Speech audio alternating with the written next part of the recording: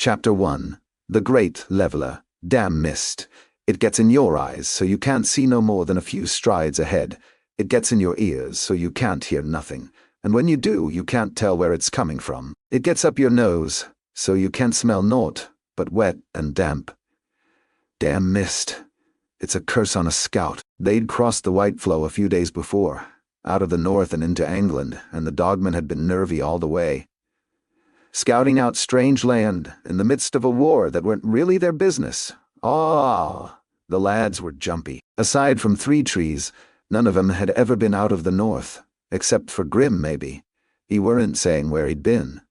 They'd passed a few farms burned out, a village all empty of people. Union buildings, big and square. They'd seen the tracks of horses and men.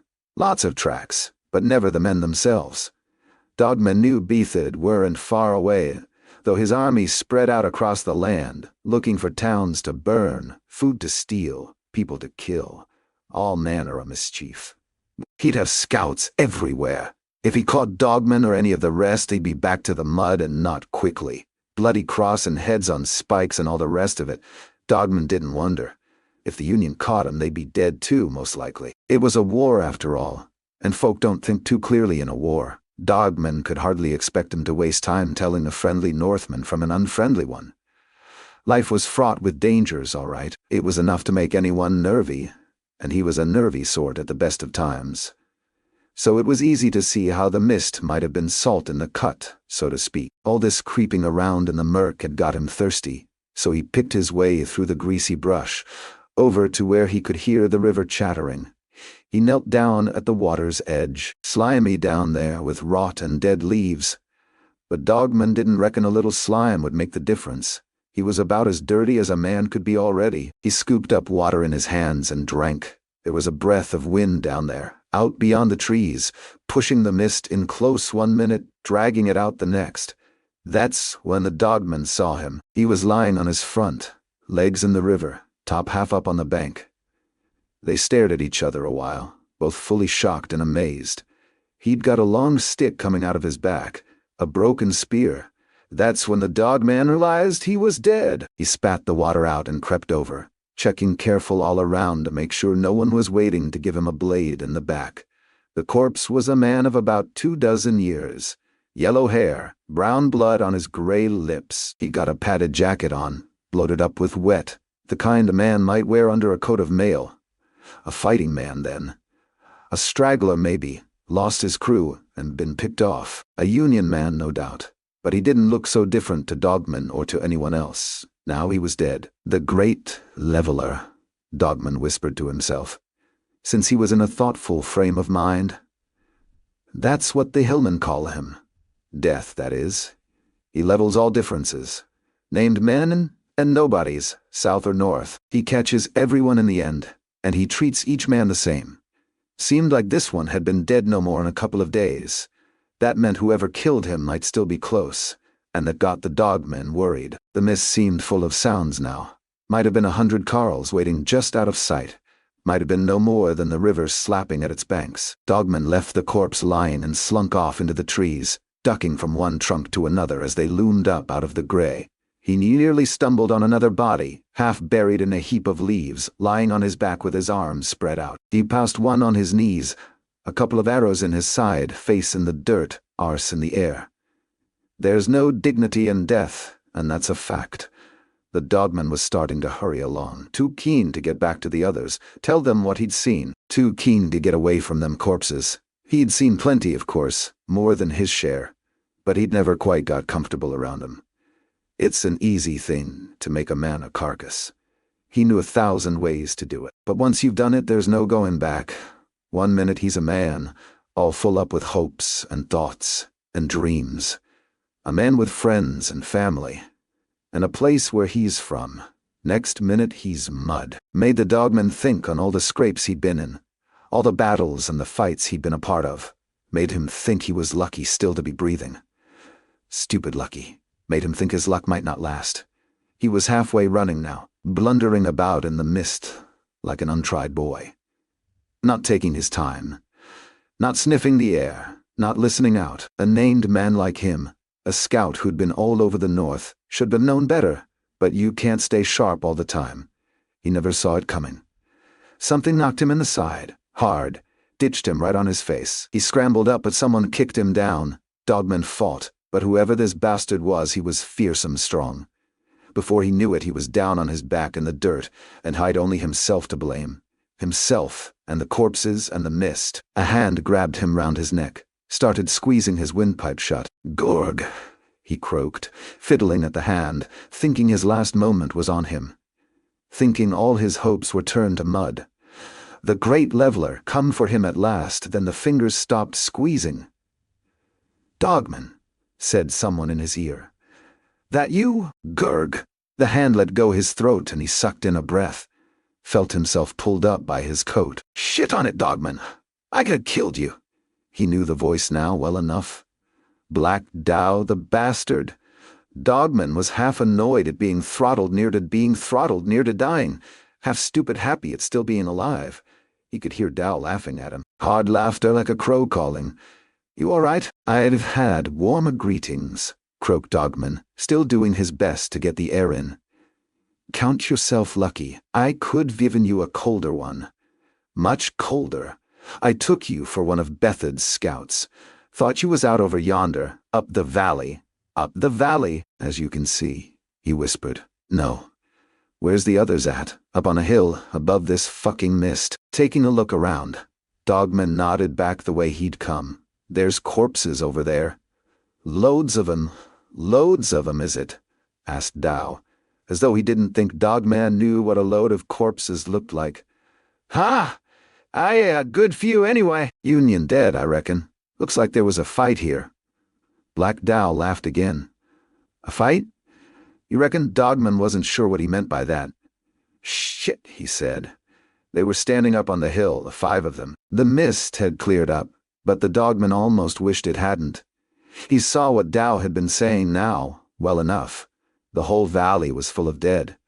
They were dotted high up on the slopes, wedged between the rocks, stretched out in the gorse. They were scattered out across the grass in the valley bottom, like nails spilled from a sack, twisted and broken on the brown dirt road.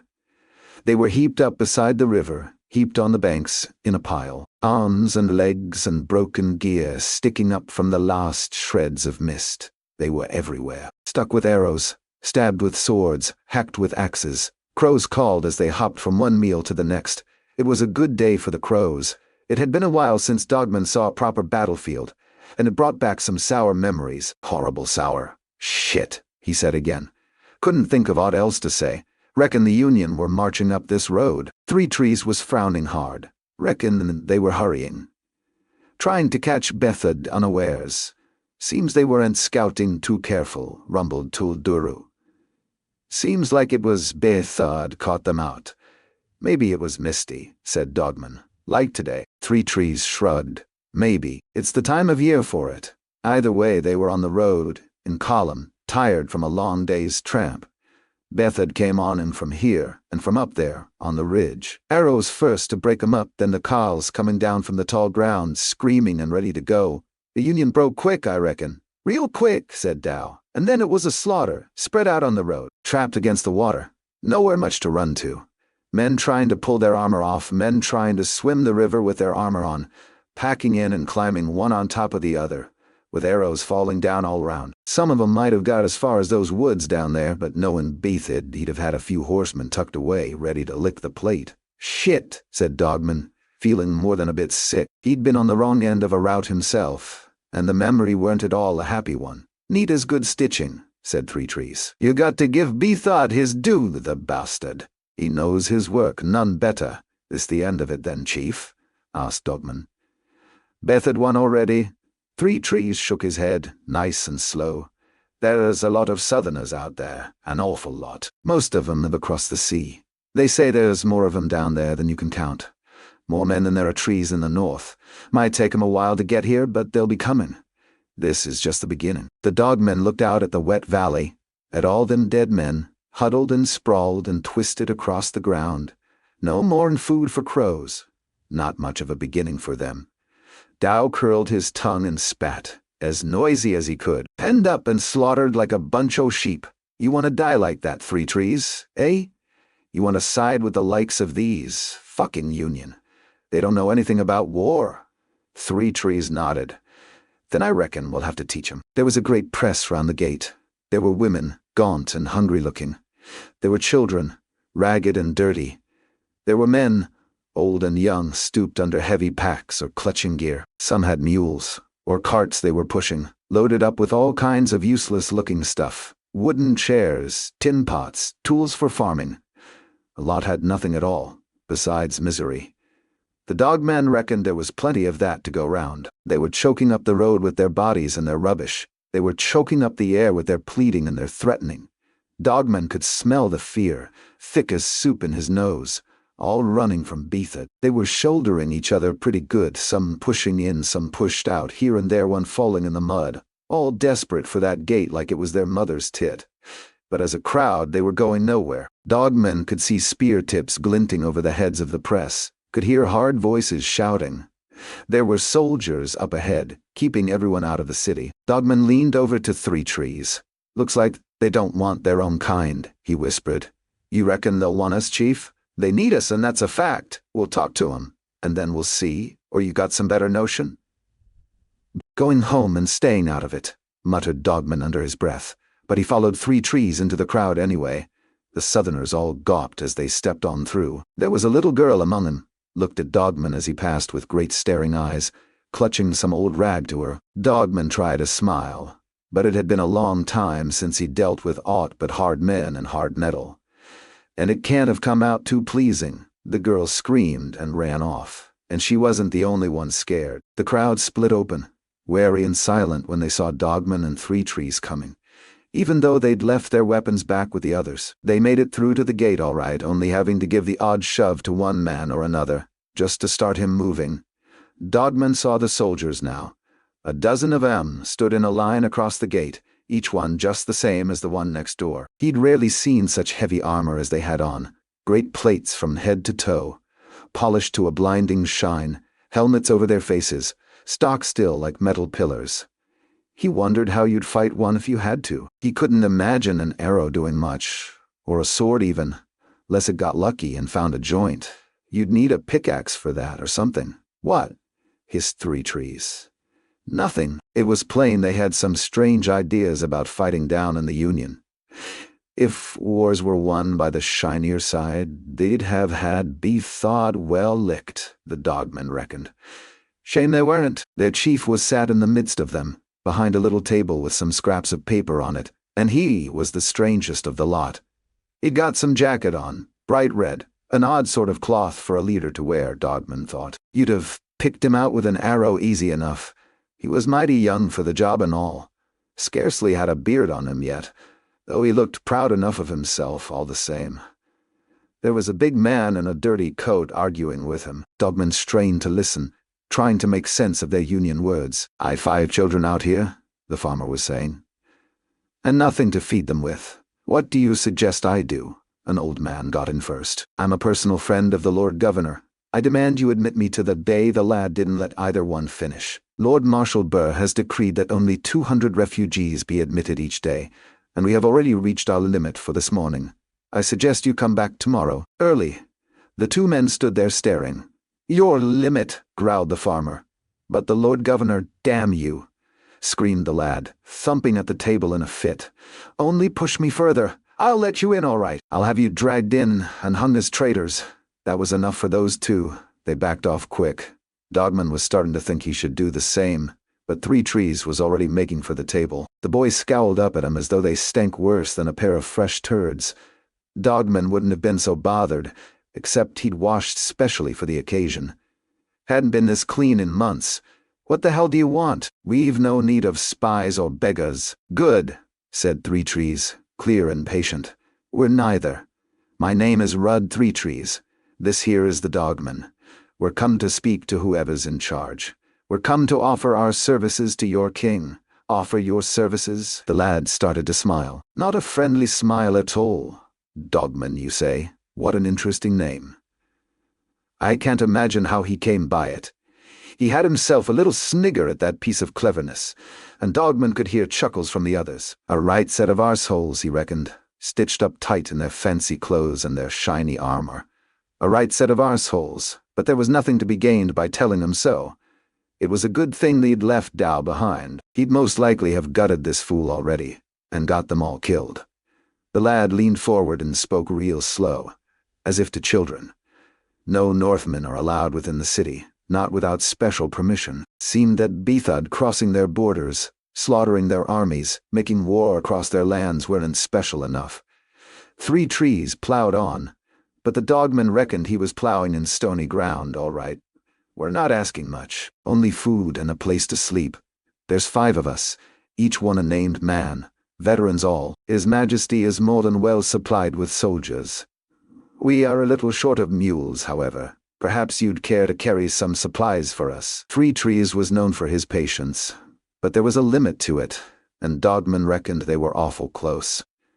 This prick of a boy had no idea what he was stepping on. He weren't a man to be toyed with, Rudd 3 Trees. It was a famous name where they came from, a name to put fear in men, or courage depending where they stood. There was a limit to his patience, all right, but they weren't quite at it yet, luckily for all concerned. Mules, eh? Growled 3 Trees. Mules can kick. Best make sure one don't kick your head off, boy. And he turned around and stalked off, down the road the way they came, the scared folks shuffling out the way, then crowding back in behind, all shouting at once, pleading with the soldiers why they should be the ones to get let in, while the others were left out in the cold. That weren't quite the welcome we was hoping for, Dogman muttered. 3 Trees said nothing, just marched away in front, head down. What now, Chief? The old boy shot a grim look over his shoulder. You know me. You think I'm taking that fucking answer? Somehow. The Dogman reckoned not. Chapter 2. Best laid plans. It was cold in the hall of the Lord Governor of Angland. The high walls were of plain, cold render. The wide floor was of cold stone flags. The gaping fireplace held nothing but cold ashes. The only decoration was a great tapestry hanging at one end, the golden sun of the Union stitched into it, the crossed hammers of Angland in its center. Lord Governor Meade was slumped in a hard chair before a huge bare table, staring at nothing, his right hand slack around the stem of a wine cup. His face was pale and hollow. His robes of state were crumpled and stained. His thin white hair was in disarray. Major West, born and raised in Angland, had often heard Meade spoken of as a strong leader, a great presence, a tireless champion of the province and its people. He looked a shell of a man now, crushed under the weight of his great chain of office, as empty and cold as his yawning fireplace. The temperature might have been icy, but the mood was cooler still. Lord Marshal Burr stood in the middle of the floor, feet placed wide apart, big hands clasped white-knuckle tight behind his back. Major West stood at his shoulder, stiff as a log, head lowered, wishing that he had not given up his coat. It was colder in here than outside, if anything, and the weather was bitter, even for autumn. "Will you take wine, Lord Marshal?" murmured Meade, not even looking up. His voice seemed weak and reedy thin in the great space. West fancied he could almost see the old man's breath smoking. "No, Your Grace, I will not." Burr was frowning. He had been frowning constantly, as far as West could tell, for the last month or 2. The man seemed to have no other expressions. He had a frown for hope, a frown for satisfaction, a frown for surprise. This was a frown of the most intense anger. West shifted nervously from one numb foot to the other, trying to get the blood flowing, wishing he was anywhere but here. "What about you, Major West?" whispered the Lord Governor. "Will you take wine?" West opened his mouth to decline, but Burr got in first. "What happened?" he growled, the hard words grating off the cold walls, echoing in the chilly rafters. "What happened?" The Lord Governor shook himself, turned his sunken eyes slowly towards Burr, as though seeing him for the first time. "I lost my sons." He snatched up his cup with a trembling hand and drained it to the dregs. West saw Marshal Burr's hands clenched tighter, still behind his back. "I am sorry for your loss, Your Grace, but I was referring to the broader situation. I am talking of Blackwell." Meade seemed to flinch at the mere mention of the place. "There was a battle. There was a massacre," barked Burr. "What is your explanation? Did you not receive the king's orders to raise every soldier you could, to man your defenses, to await reinforcements, under no circumstances to risk battle with Bethud? "The king orders." The Lord Governor's lip curled. "The closed council's orders, do you mean? I received them. I read them. I considered them. And then I tore them up." West could hear the Lord Marshal breathing hard through his nose. "You tore them up? For 100 years I and my family have governed Angland. When we came here there was nothing." Meade raised his chin proudly as he spoke, puffing out his chest. "We tamed the wilderness. We cleared the forests and laid the roads and built the farms and the mines and the towns that have enriched the whole Union." The old man's eyes had brightened considerably. He seemed taller, bolder, stronger. "The people of this land look first to me for protection before they look across the sea. Was I to allow these Northmen, these barbarians, these animals to raid across my lands with impunity? To undo the great work of my forefathers? To rob and burn and rape and kill as they pleased? To sit behind my walls while they put Angland to the sword? No. Marshal Burr, not I. I gathered every man, and I armed them, and I sent them to meet the savages in battle, and my 3 sons went at their head. What else should I have done? Followed your fucking orders," screamed Burr, at the very top of his voice. West started with shock, the thunderous echoes still ringing in his ears. Meade twitched, then gaped, then his lip began to quiver. Tears welled up in the old man's eyes and his body sagged again. "I lost my sons," he whispered, staring down at the cold floor. "I lost my sons. I pity your sons, and all those others whose lives were wasted, but I do not pity you. You alone brought this upon yourself." Burr winced, then swallowed and rubbed at his stomach. He walked slowly to the window and looked out over the cold gray city. "You have wasted all your strength, and now I must dilute my own to garrison your towns, your fortresses, such survivors as there are from Blackwell, and such others as are armed and can fight you will transfer to my command. We will need every man and me," murmured Meade. "I dare say those dogs on the closed council are howling for my blood." "Let them howl. I need you here. Refugees are coming southwards, fleeing from Bayaz or from the fear of him. Have you looked out of your window lately? Ostenhorn is full of them. They crowd around the walls in their thousands. And this is only the beginning. You will see to their well-being and their evacuation to Midderland. For 30 years your people have looked to you for protection. They have need of you still." Burr turned back into the room. "You will provide Major West with a list of those units still fit for action. As for the refugees, they are in need of food and clothing and shelter. Preparations for their evacuation should begin at once." "At once," whispered Meade. "At once, of course." Burr flashed West a quick glance from under his thick eyebrows, took a deep breath, then strode for the door. West looked back as he left. The Lord Governor of Angland still sat hunched in his chair in his empty freezing hall, head in his hands. "This is Angland," said West, gesturing at the great map. He turned to look at the assembly. Few of the officers were showing the slightest interest in what he had to say. Hardly a surprise, but it still rankled. General Croy was sitting on the right-hand side of the long table, stiff upright and motionless in his chair. His enormous staff was similarly clipped, shaved, polished, as dour as a bevy of mourners. Opposite on the left lounged General Polder, round-faced, ruddy-skinned, possessed of a tremendous set of mustaches. His great collar, stiff with gold thread, came almost to his large pink ears. His retinue sat their chairs like saddles, crimson uniforms dripping with braid, top buttons carelessly undone, spatters of mud from the road worn like medals. On Croy's side of the room, war was all about cleanliness, self-denial, and strict obedience to the rules. On Polder's it was a matter of flamboyance and carefully organized hair. Each group glared across the table at the other with haughty contempt, as though only they held the secrets of good soldiering, and the other crowd, try as they might, would never be more than a hindrance. Either were hindrance enough to West's mind, but neither one was half the obstacle that the third lot presented, clustered around the far end of the table. Their leader was none other than the heir to the throne, Crown Prince Ladislas himself. It was not so much a uniform that he was wearing, as a kind of purple dressing gown with epaulets, bedwear with a military motif.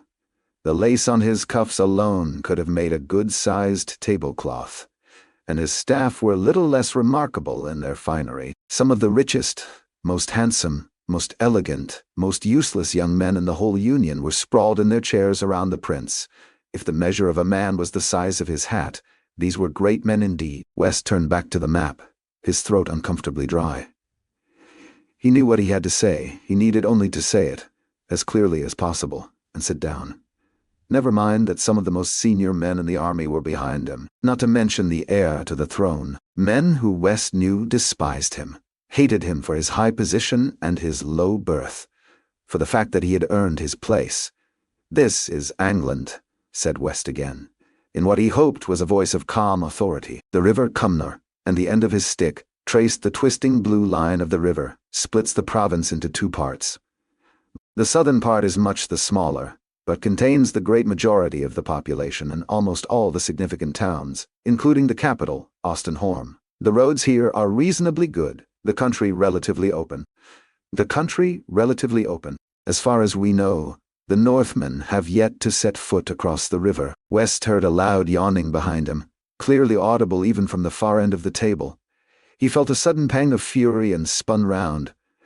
Prince Ladisla himself appeared, at least, to be listening attentively. The culprit was one of his staff, the young Lord Smund, a man of impeccable lineage and immense fortune, a little over 20 but with all the talents of a precocious 10-year-old. He was slouched in his chair, staring into space, mouth extravagantly gaping. It was the most West could do to stop himself leaping over and thrashing the man with his stick. "Am I boring you?" he hissed. Smund actually seemed surprised to be picked on. He stared left and right, as though West might have been talking to one of his neighbors. "What, me? No, Major West. Not in the least. Boring? No. The river Cumnor splits the province in two, and so forth. Thrilling stuff. Thrilling. I do apologize, really. Late night last night, you see." West did not doubt it. A late night spent drinking and showing off with the rest of the prince's hangers-on, all so that he could waste everyone's time this morning. Croy's men might be pedantic, and Polder's arrogant, but at least they were soldiers.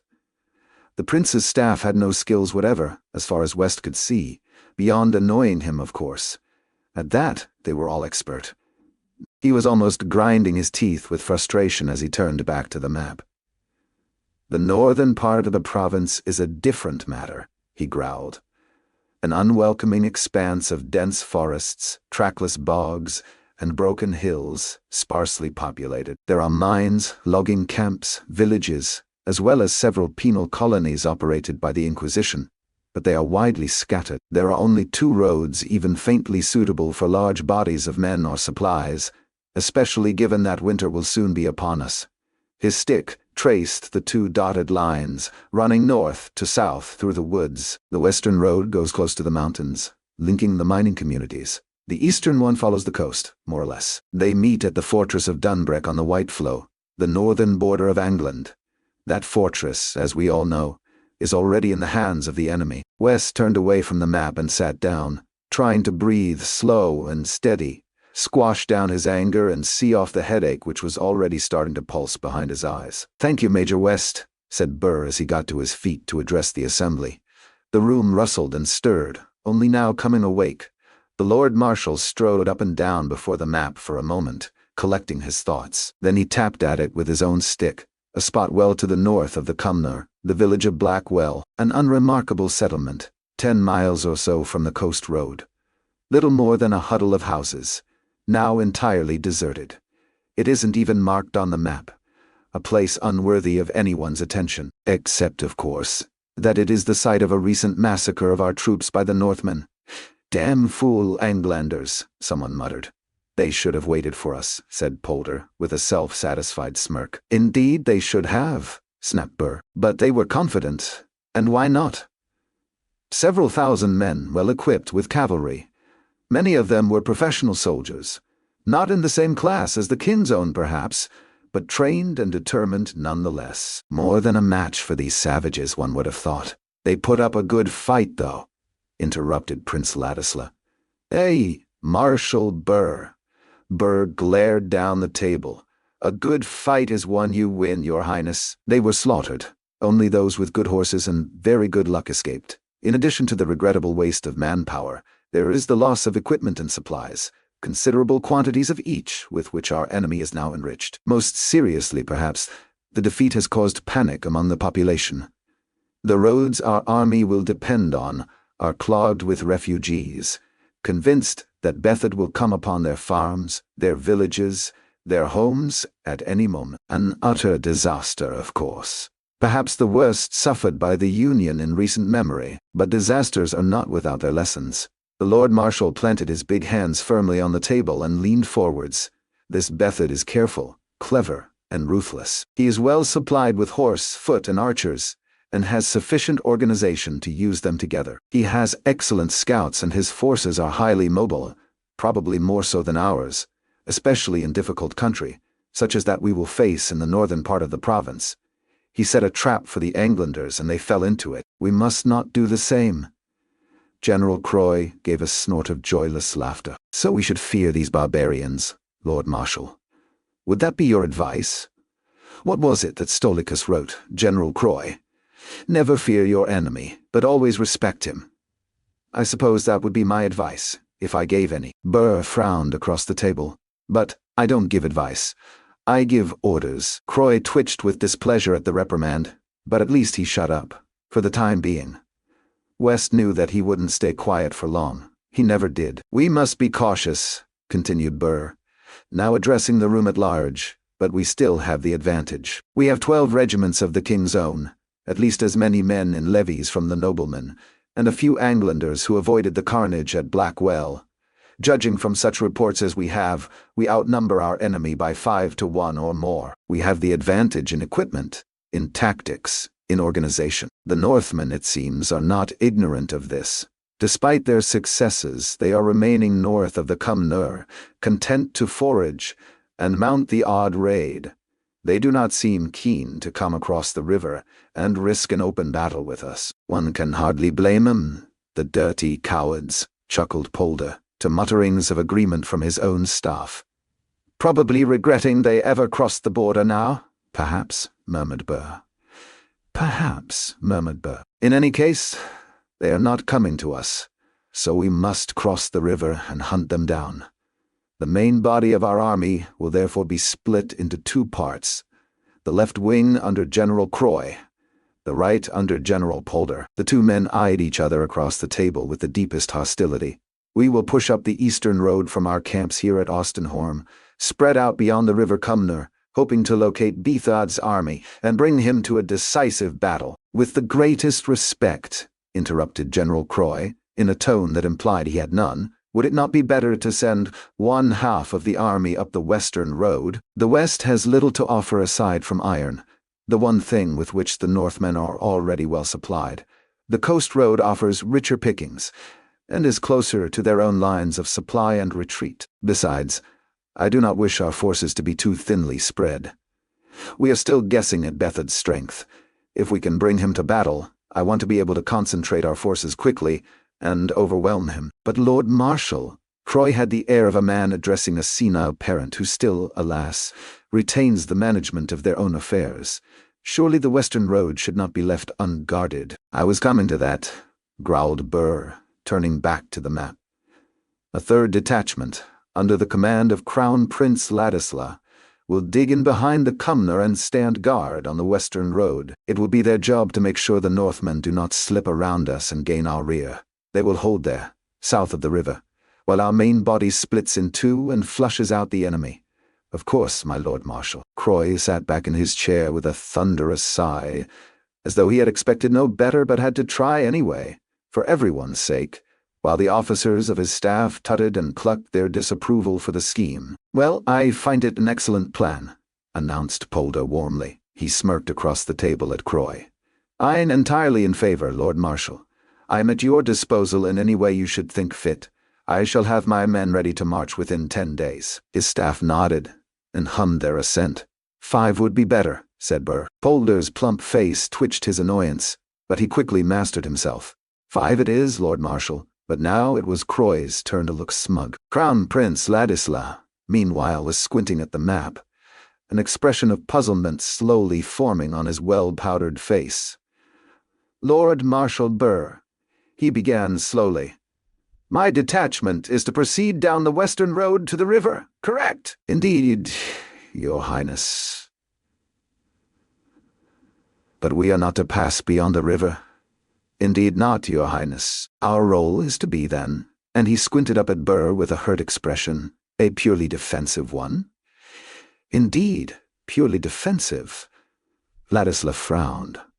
That sounds a meager task. His absurd staff shifted in their seats, grumbled their discontent at an assignment so far beneath their talents. A meager task. Pardon me, Your Highness, but not so. Angland is a wide and tangled country. The Northmen may elude us, and if they do, it is on you that all our hopes will hang. It will be your task to prevent the enemy from crossing the river and threatening our lines of supply, or, worse yet, marching on Ostenholm itself. Burr leaned forward, fixing the prince with his eye, and shook his fist with great authority. You will be our rock, Your Highness, our pillar, our foundation. You will be the hinge on which the gate will hang, a gate which will swing shut on these invaders, and drive them out of Angland. West was impressed. The prince's assignment was indeed a meager one, but the Lord Marshal could have made mucking out the latrines sound like noble work. Excellent, exclaimed Ladisla, the feather on his hat thrashing back and forth. The hinge, of course. Capital, unless there are any further questions then, gentlemen.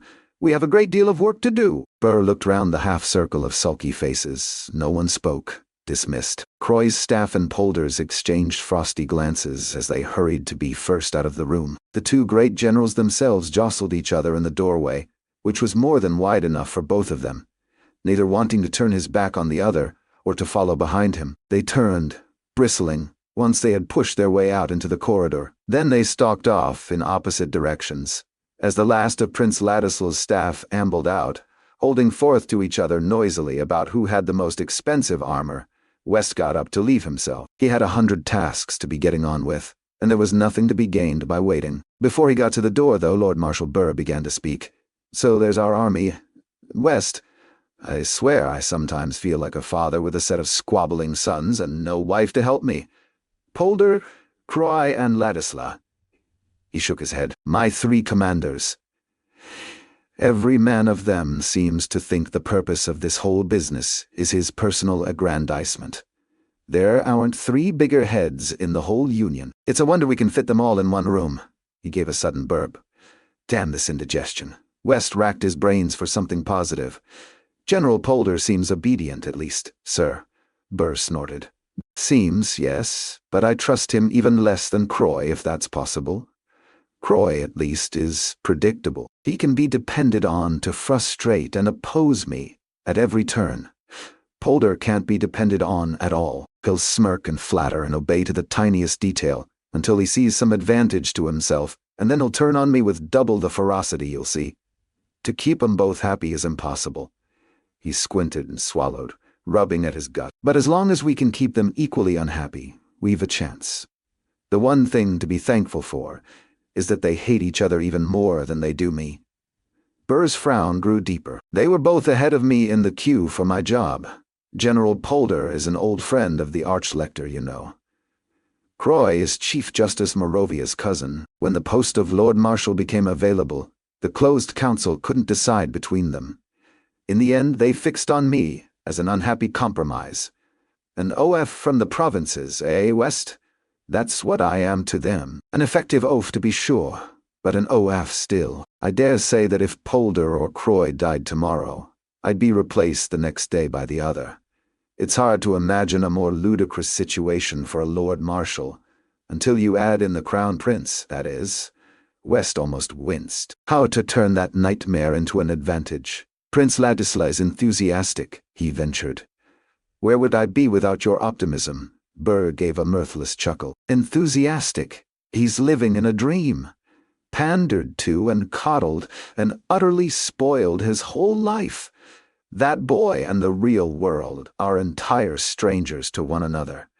Must he have a separate command, sir? The Lord Marshal rubbed at his eyes with his thick fingers. Unfortunately, he must. The closed council have been most specific on that point. They are concerned that the king is in poor health, and that his heir is seen as an utter fool and wastrel by the public. They hope we might win some great victory here so they can heap the credit on the prince. Then they'll ship him back to Adua, glowing with the glamour of the battlefield, ready to become the kind of king the peasants love. Burr paused for a moment and looked down at the floor. I've done all I can to keep Ladislas out of trouble. I've put him where I think the Northmen aren't, and with any luck won't ever be, but war is anything but a predictable business. Ladislas might actually be called upon to fight. That's why I need someone to look over his shoulder. Someone with experience in the field. Someone as tenacious and hard-working as his joke of a staff are soft and lazy. Someone who might stop the prince blundering into trouble. He looked up from under his heavy brows. West felt a horrible sinking sensation in his guts. Me? I'm afraid so. There's no one I'd rather keep, but the prince has asked for you personally. For me, sir. But I'm no courtier. I'm not even a nobleman. Burr snorted. Aside from me, Ladislas is probably the one man in this army who doesn't care whose son you are. He's the heir to the throne. Nobleman or beggar, we're all equally far below him. But why me? Because you're a fighter. First through the breach at Ulriach and all that. You've seen action, and plenty of it. You've a fighter's reputation, West, and the prince wants one himself. That's why. Burr fished a letter from his jacket and handed it across. Maybe this will help to sweeten the medicine. West broke the seal, unfolded the thick paper, scanned the few lines of neat writing. When he had finished, he read it again, just to be sure. He looked up. It's a promotion. I know what it is. I arranged it. Maybe they'll take you a little more seriously with an extra star on your jacket. Maybe they won't. Either way, you deserve it. Thank you, sir, said West numbly. What, for the worst job in the army? Burr laughed and gave him a fatherly clap on the shoulder. You'll be missed, and that's a fact. I'm riding out to inspect the 1st Regiment. A commander should show his face, I've always thought. Care to join me, Colonel? Snow was falling by the time they rode out through the city gates, white specks blowing on the wind, melting as soon as they touched the road, the trees, the coat of West's horse, the armor of the guards that followed them. Snow, Burr grumbled over his shoulder. Snow already. Isn't that a little early in the year? Very early, sir, but it's cold enough. West took one hand from his reins to pull his coat tighter round his neck. It'll be a damn sight colder up north of the Cumnor, I'll be bound. Yes, sir. And it won't be getting any warmer now. Could be a harsh winter, eh, Colonel? Very likely, sir, Colonel West. The words still seem strange together, even his own mind. No one could ever have dreamed a commoner's son would go so far. Himself least of all. A long, harsh winter, Burr was musing. We need to catch Bethad quickly. Catch him and put a quick end to him before we all freeze. He frowned at the trees as they slipped by, frowned up at the flecks of snow eddying around them, frowned over at West. Bad roads, bad ground, bad weather. Not the best situation, eh, Colonel? No, sir, said West glumly. But it was his own situation that was worrying him. Come now, it could be worse. You'll be dug in south of the river, nice and warm. Probably won't see a hair of a Northman all winter. And I hear the prince and his staff eat pretty well. A damn stretch better than blundering around in the snow with Polder and Croy for company. Of course, sir. But West was less than sure. Burr glanced over his shoulder at the guards, trotting along at a respectful distance. You know, when I was a young man, before I was given the dubious honor of commanding the king's army, I used to love to ride. I'd ride for miles at the gallop, made me feel alive. Seems like there's no time for it these days. Briefings and documents and sitting at tables. That's all I do. Sometimes you just want to ride, eh, West? Of course, sir. But now what a...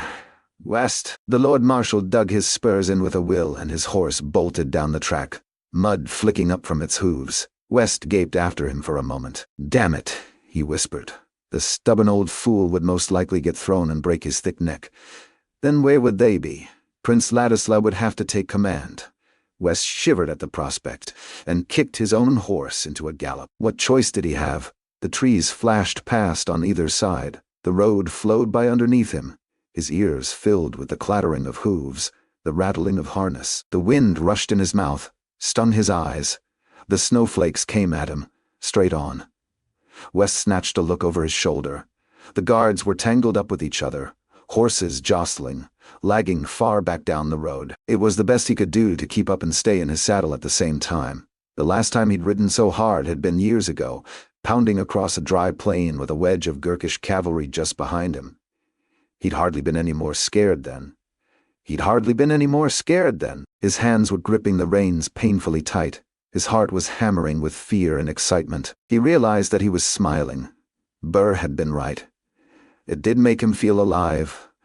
The Lord Marshal had slowed, and West reined his own horse, and as he drew level, he was laughing now, and he could hear Burr chuckling beside him. He hadn't laughed like that in months. Years maybe, he couldn't remember the last time. Then he noticed something out of the corner of his eye. He felt a sickening jolt, a crushing pain in his chest. His head snapped forward. The reins were ripped from his hands. Everything turned upside down. His horse was gone. He was rolling on the ground, over and over and over. He tried to get up and the world lurched. Trees and white sky, a horse's kicking legs, dirt flying. He stumbled and pitched into the road, took a mouthful of mud. Someone helped him up, pulling roughly at his coat, dragging him into the woods. "No," he gasped, hardly able to breathe for the pain in his chest. There was no reason to go that way. A black line between the trees. He staggered forward, bent double, tripping over the tails of his coat, crashing through the undergrowth. A rope across the road pulled tight as they passed. Someone was half dragging him, half carrying him. His head was spinning, all sense of direction lost. A trap. West fumbled for his sword. It took him a moment to realize that his scabbard was empty. The Northmen. West felt a stab of terror in his gut. The Northmen had him, and Burr too. Assassins sent by Bethad to kill them. There was a rushing sound somewhere, out beyond the trees. West struggled to make sense of it. The guards, following down the road. If he could only give them a signal somehow. Over here, he croaked, pitifully hoarse, before a dirty hand clamped itself over his mouth, dragged him down and into the wet undergrowth. He struggled as best he could, but there was no strength in him. He could see the guards flashing by through the trees, no more than a dozen strides away, but he was powerless. He bit the hand as hard as he could, but it only gripped tighter, squeezing his jaw, crushing his lips. He could taste blood, his own blood maybe, or blood from the hand. The sound of the guards faded into the woods and was gone, and fear pressed in behind it. The hand let go, gave him a parting shove, and he tumbled onto his back. A face swam into view above him. A hard, gaunt, brutish face, black hair hacked short, teeth bared in an animal scowl, cold, flat eyes brimful of fury. The face turned and spat on the ground. There was no ear on the other side of it, just a flap of pink scar and a hole. Never in his life had West seen such an evil-looking man. The whole set of him was violence itself. He looked strong enough to tear West in half, and more than willing to do it. There was blood running from a wound in his hand. The wound that West's teeth had made. It dripped from his fingertips onto the forest floor. In his other fist he held a length of smooth wood. West's eyes followed it, horrified. There was a heavy curved blade at the end, polished bright, an axe. So this was a Northman. Not the kind who rolled drunk in the gutters of Adua. Not the kind who had come to his father's farm to beg for work. The other kind. The kind his mother had scared him with stories of when he was a child. A man whose work and whose pastime and whose purpose was to kill. West looked from that hard blade to those hard eyes and back, numb with horror. He was finished. He would die here in the cold forest, down in the dirt like a dog. West dragged himself up by one hand, seized by a sudden impulse to run. He looked over his shoulder, but there was no escape that way. A man was moving through the trees towards them, a big man with a thick beard and a sword over his shoulder, carrying a child in his arms. West blinked, trying to get some sense of scale. It was the biggest man he had ever seen, and the child was Lord Marshal Burr. The giant tossed his burden down on the ground like a bundle of sticks. Burr stared up at him and burped. West ground his teeth. Riding off like that, the old fool. What had he been thinking? He'd killed them both with his fucking... Sometimes you just want to ride. Makes you feel alive. Makes you feel alive? Neither one of them would live out the hour. He had to fight. Now might be his last chance. Even if he had nothing to fight with, better to die that way than on his knees in the mud. He tried to dig the anger out. There was no end to it when he didn't want it. Now there was nothing, just a desperate helplessness that weighed down every limb. Some hero, some fighter. It was the most he could do to keep from pissing himself. He could hit a woman all right. He could throttle his sister half to death. The memory of it still made him choke with shame and revulsion, even with his own death staring him in the face. He had thought he would make it right later. Only now there was no later. This was all there was. He felt tears in his eyes. "Sorry," he muttered to himself. "I'm sorry."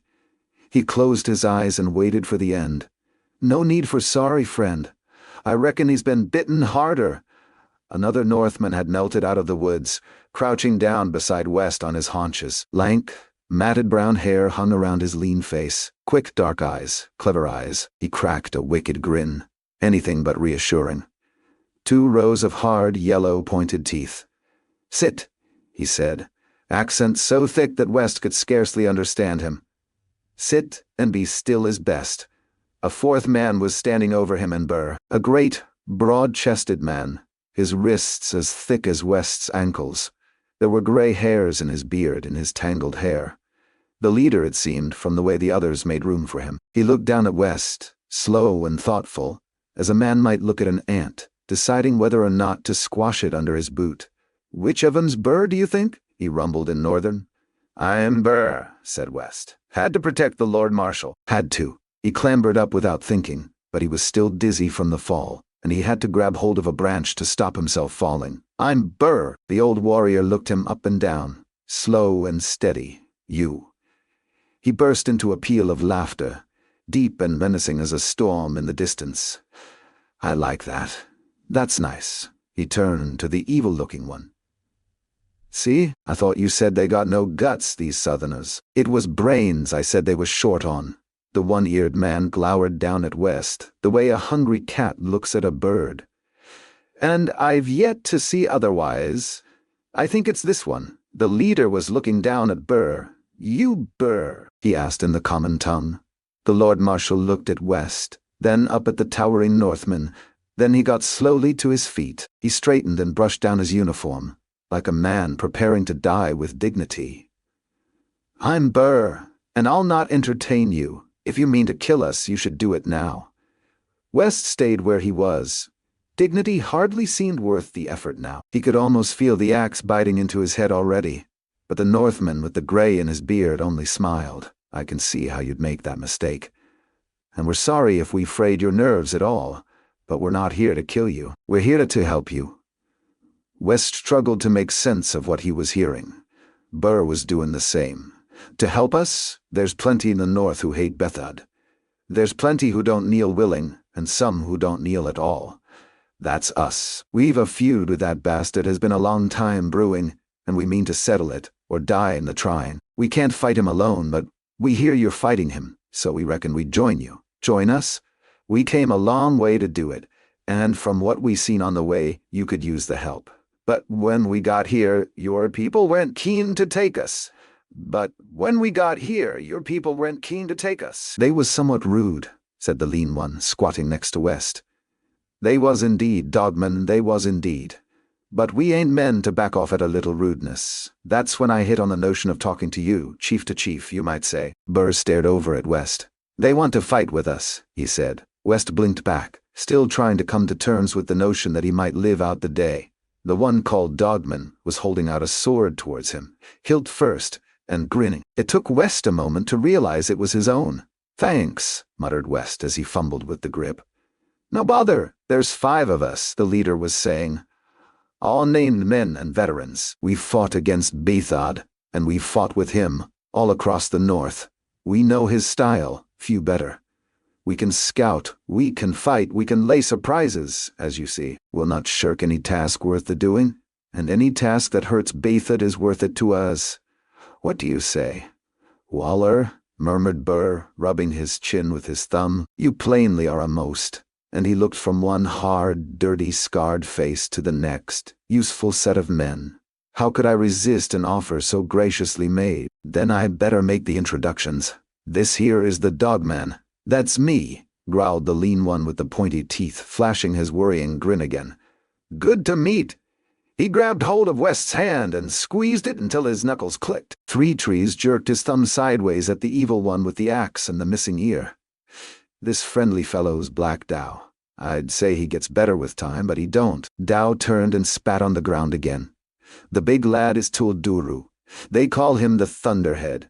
Then there's Harding Grim. He's off out there in the trees, keeping your horses off the road. Not to worry, though, he'd have nothing to say. And you, Rudd Three Trees, leader of this little crew, on account of our previous leader having gone back to the mud." "Back to the mud, I see." Burr took a deep breath. "Well then, you can report to Colonel West. I'm sure that he can find food and quarters for you, not to mention work." "Me?" asked West, sword still dangling from his hand. "Absolutely." The Lord Marshal had the tiniest smile at the corner of his mouth. "Our new allies should fit right in with Prince Ladislaw's retinue." West couldn't decide whether to laugh or cry. Just when he had thought his situation could not be any more difficult, he had 5 primitives to handle. Three Trees seemed happy enough with the outcome. "Good," he said, slowly nodding his approval. "That's settled then." "Settled," said the Dogman, his evil smile growing wider still. The one called Black Dow gave West a long, cold stare. "Fucking Union," he growled. Chapter 3, Questions. To San Dan Glokta, Superior of Dagaska, and for his eyes alone, you will take ship immediately, and assume command of the Inquisition in the city of Dagaska.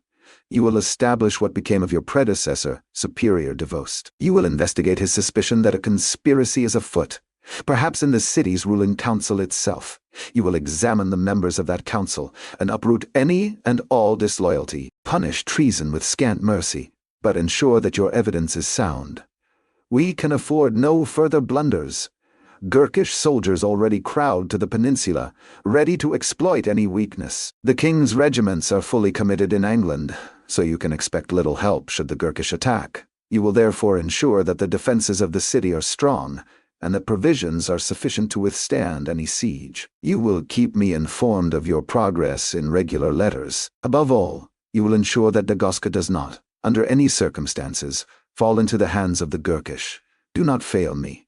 Sult Archlector of His Majesty's Inquisition." Glokta folded the letter carefully and slipped it back into his pocket, checking once again that the king's writ was safe beside it. Damn thing. The big document had been weighing heavily in his coat ever since the Archlector passed it to him. He pulled it out and turned it over in his hands, the gold leaf on the big red seal glittering in the harsh sunlight. A single sheet of paper, yet worth more than gold. Priceless. With this, I speak with the king's own voice. I am the most powerful man in Dagaska, greater even than the Lord Governor himself. All must hear me and obey, as long as I can stay alive, that is. The voyage had not been a pleasant one. The ship was small and the Circle Sea had been rough on the way over. Glokta's own cabin was tiny, hot and close as an oven swaying wildly all day and all night. If he had not been trying to eat gruel with the bowl slopping crazily around, he had been vomiting back up those small amounts he had actually managed to swallow. But at least below decks there was no chance of his useless leg giving way and dumping him over the side into the sea. Yes, the voyage has hardly been pleasant, but now the voyage was over. The ship was already slipping up to its mooring in amongst the crowded wharves. The sailors were already struggling with the anchor, throwing ropes onto the dock. Now the gangplank was sliding across from ship to dusty shore. "Right," said Practical Severard. "I'm going to get me a drink. Make it a strong one, but see you catch up with me later. We'll have work to do tomorrow." "Lots of work," Severard nodded, lanky hair swaying around his thin face. "Oh, I live to serve. I'm not sure what you live for, but I doubt it's that." He sauntered off, whistling tunelessly, clattered across the plank, down the wharf, and off between the dusty brown buildings beyond. Glokta eyed the narrow length of wood with not a little worry, worked his hand around the handle of his cane, tongued at his empty gums, building himself up to stepping onto it. An act of selfless heroism indeed. He wondered for a moment whether he would be wiser to crawl across on his stomach. It would reduce the chance of a watery death, but it would hardly be appropriate, would it? The city's awe-inspiring superior of the Inquisition, slithering into his new domain on his belly. Need a hand? Practical Vitari was looking at him sideways, leaning back on the ship's handrail, red hair sticking up off her head like the spines on a thistle. She seemed to have spent the entire journey basking in the open air like a lizard, quite unmoved by the reeling of the ship, enjoying the crushing heat, every bit as much as Glokta despised it. It was hard to judge her expression beneath her black practicals mask. But it's a good bet she's smiling. No doubt she's already preparing her first report to the Archlector. The cripple spent most of the voyage below decks, puking. When we arrived at Dagosca, he had to be hoisted ashore with the cargo.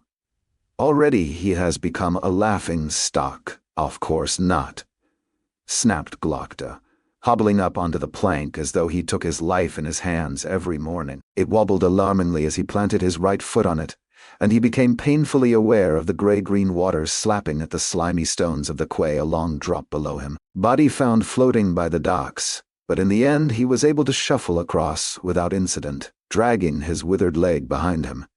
He felt an absurd pang of pride when he made it to the dusty stones of the docks, and finally stood on dry land again. Ridiculous. Anyone would think I'd beaten the Gurkish and saved the city already, rather than hobbled 3 strides. To add insult to injury, now that he had become used to the constant lurching of the ship, the stillness of land was making his head spin and his stomach roll, and the rotten salt stink of the baking docks was very far from helping. He forced himself to swallow a mouthful of bitter spit, closed his eyes, and turned his face towards the cloudless sky. Hell, but it's hot. Glokta had forgotten how hot the south could be. Late in the year, and still the sun was blazing down. Still he was running with sweat under his long black coat. The garments of the Inquisition may be excellent for instilling terror in a suspect, but I fear they are poorly suited to a hot climate. Practical Frost was even worse off. The hulking albino had covered every exposed inch of his milky skin, even down to black gloves and a wide hat. He peered up at the brilliant sky, pink eyes narrowed with suspicion and misery, broad white face beaded with sweat around his black mask. Vitari peered sidelong at the pair of them. "You two really should get out more," she muttered. A man in Inquisitor's black was waiting at the end of the wharf, sticking close to the shade of a crumbling wall, but still sweating generously. A tall, bony man with bulging eyes, his hooked nose red and peeling from sunburn. "The welcoming committee, judging by its scale, I am scarcely welcome at all. I am Harker, senior inquisitor in the city." "Until I arrived," snapped Glokta. "How many others have you?" The inquisitor frowned. 4 inquisitors and some 20 practicals. A small compliment to keep a city of this size free of treason. Harker's frown grew more surly yet. "We've always managed." "Oh, indeed. Apart from mislaying your superior, of course. This is your first visit to Dagosca." "I have spent some time in the south. On the best days of my life, and the worst. I was in Gurkal during the war. I saw Ulriok in ruins after we burned the city. And I was in Shaffa for 2 years, if you count the Emperor's prisons. 2 years in the boiling heat and the crushing darkness. 2 years in hell. But I have never been to Dagosca." "Huh," snorted Harker, unimpressed. "Your quarters are in the citadel." He nodded towards the great rock that loomed up over the city. "Of course they are. In the very highest part of the highest building, no doubt. I'll show you the way. Lord Governor Verms and his council will be keen to meet their new superior." He turned with a look of some bitterness. "Feel you should have got the job yourself, eh? I'm delighted to disappoint you." Harker set off into the city at a brisk pace, Practical Frost trudging along beside him, heavy shoulders hunched around his thick neck, sticking to every trace of shade as though the sun were shooting tiny darts at him. Vitari zigzagged across the dusty street, as if it was a dance floor, peering through windows and down narrow side streets. Glokta shuffled along doggedly behind, his left leg already starting to burn with the effort. The cripple shuffled only 3 strides into the city before he fell on his face and had to be carried the rest of the way by stretcher, squealing like a half-slaughtered pig and begging for water, while the very citizens he was sent to terrify watched, dumbstruck. He curled his lips back and dug his remaining teeth into his empty gums, forced himself to keep pace with the others, the handle of his cane cutting into his palm, his spine giving an agonizing click with every step. "This is the lower city," grumbled Harker over his shoulder, "where the native population are housed. A giant, boiling, dusty, stinking slum. The buildings were mean and badly maintained. Rickety shacks of one story, leaning piles of half-baked mud bricks. The people were all dark-skinned, poorly dressed, hungry-looking. A bony woman peered out at them from a doorway. An old man with one leg hobbled past on bent crutches. Down a narrow alley, ragged children darted between piles of refuse. The air was heavy with the stink of rot and bad sewers, or no sewers at all. Flies buzzed everywhere. Fat, angry flies, the only creatures prospering here. "If I had known it was such a charming place," observed Glokta, "I'd have come sooner. Seems the Dagagaskans have done well from joining the Union, eh?" Harker did not recognize the irony. They have indeed. During the short time the Gurkish controlled the city, they took many of the leading citizens as slaves. Now, under the Union, they are truly free to work and live as they please. Truly free, eh? So this is what freedom looks like. Glokta watched a group of sullen natives crowding round a stall poorly stocked with half-rotten fruit and fly-blown offal. "Well, mostly," Harker frowned. "The Inquisition had to weed out a few troublemakers when we first arrived. Then, 3 years ago, the ungrateful swine mounted a rebellion. After we gave them the freedom to live like animals in their own city, shocking. We got the better of them, of course, but they caused no end of damage. After that, they were barred from keeping weapons or entering the upper city, where most of the whites live. Since then, things have been quiet. It only goes to show that a firm hand is most effective when it comes to dealing with these primitives. They built some impressive defenses for primitives. A high wall cut through the city before them, casting a long shadow over the squalid buildings of the slum. There was a wide pit in front, freshly dug and lined with sharpened stakes. A narrow bridge led across to a tall gate, set between looming towers. The heavy doors were open, but a dozen men stood before them, sweating Union soldiers in steel caps and studded leather coats, harsh sun glinting on their swords and spears. "A well-guarded gate," mused Vitari, "considering that it's inside the city." Harker frowned. "Since the rebellion, natives have only been allowed within the upper city if they have a permit." "And who holds a permit?" asked Glokta. "Some skilled craftsmen and so forth, still employed by the Guild of Spicers, but mostly servants who work in the upper city and the citadel. Many of the Union citizens who live here have native servants, some have several." "Surely the natives are citizens of the Union also." Harker curled his lip. "If you say so, superior. But they can't be trusted, and that's a fact. They don't think like us." "Really? If they think at all, it will be an improvement on this savage. They're all scum, these Browns. Gurkish, Dagaskan, all the same. Killers and thieves, the lot of them. Best thing to do is to push them down and keep them down." Harker scowled out at the baking slum. "If a thing smells like shit, and is the color of shit, the chances are it is shit." He turned and stalked off across the bridge. "What a charming and enlightened man," murmured Vitari. "You read my mind. It was a different world beyond the gates. Stately domes, elegant towers, mosaics of colored glass and pillars of white marble shone in the blazing sun. The streets were wide and clean, the residences well maintained. There were even a few thirsty-looking palms in the neat squares. The people here were sleek, well-dressed, and white-skinned. Aside from a great deal of sunburn, a few dark faces moved among them, keeping well out of the way, eyes on the ground. Those lucky enough to be allowed to serve. They must be glad that we in the Union would not tolerate such a thing as slavery." Over everything Glokta could hear a rattling din, like a battle in the distance. It grew louder as he dragged his aching leg through the upper city, and reached a furious pitch as they emerged into a wide square, packed from one edge to the other with a bewildering throng. There were people of Midderland, and Gurkul, and Styria, narrow-eyed natives of Seljuk, yellow-haired citizens of the old empire, bearded Northmen even, far from home. "Merchants," grunted Harker. They bellowed, borrowed and bartered, in a multitude of different languages, threw up their hands in strange gestures, shoved and tugged and pointed at one another. They sniffed at boxes of spice and sticks of incense, fingered at bolts of cloth and planks of rare wood, squeezed at fruits, bit at coins, peered through eyeglasses at flashing gemstones. Here and there, A native porter stumbled through the crowds, stooped double under a massive load.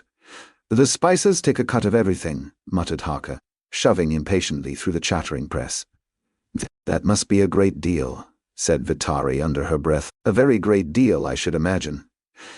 Enough to defy the Gurkish, enough to keep a whole city prisoner. People will kill for much, much less." Glokta grimaced and snarled his way across the square, jolted and barged and painfully shoved at every limping step. It was only when they finally emerged from the crowds at the far side that he realized they were standing in the very shadow of a vast and graceful building, rising arch upon arch, dome upon dome. High over the crowds, delicate spires at each corner soared into the air, slender and frail. "Magnificent," muttered Glokta, stretching out his aching back and squinting up, the pure white stone almost painful to look at in the afternoon glare. Seeing this, one could almost believe in God, if one didn't know better. "Ha!" sneered Harker. "The natives used to pray here in their thousands, poisoning the air with their damned chanting and superstition, until the rebellion was put down, of course. And now Superior Davist declared it off limits to them, like everything else in the upper city. Now the spicers use it as an extension to the marketplace, buying and selling and so on. How very appropriate. A temple to the making of money. Our own little religion.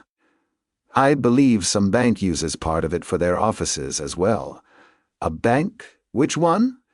"The spicers run that side of things," snapped Harker impatiently. "Valent and something, is it? Balk? Valent and Balk? So some old acquaintances are here before me, eh? I should have known. Those bastards are everywhere. Everywhere there's money." He peered round at the swarming marketplace. "And there's a lot of money here."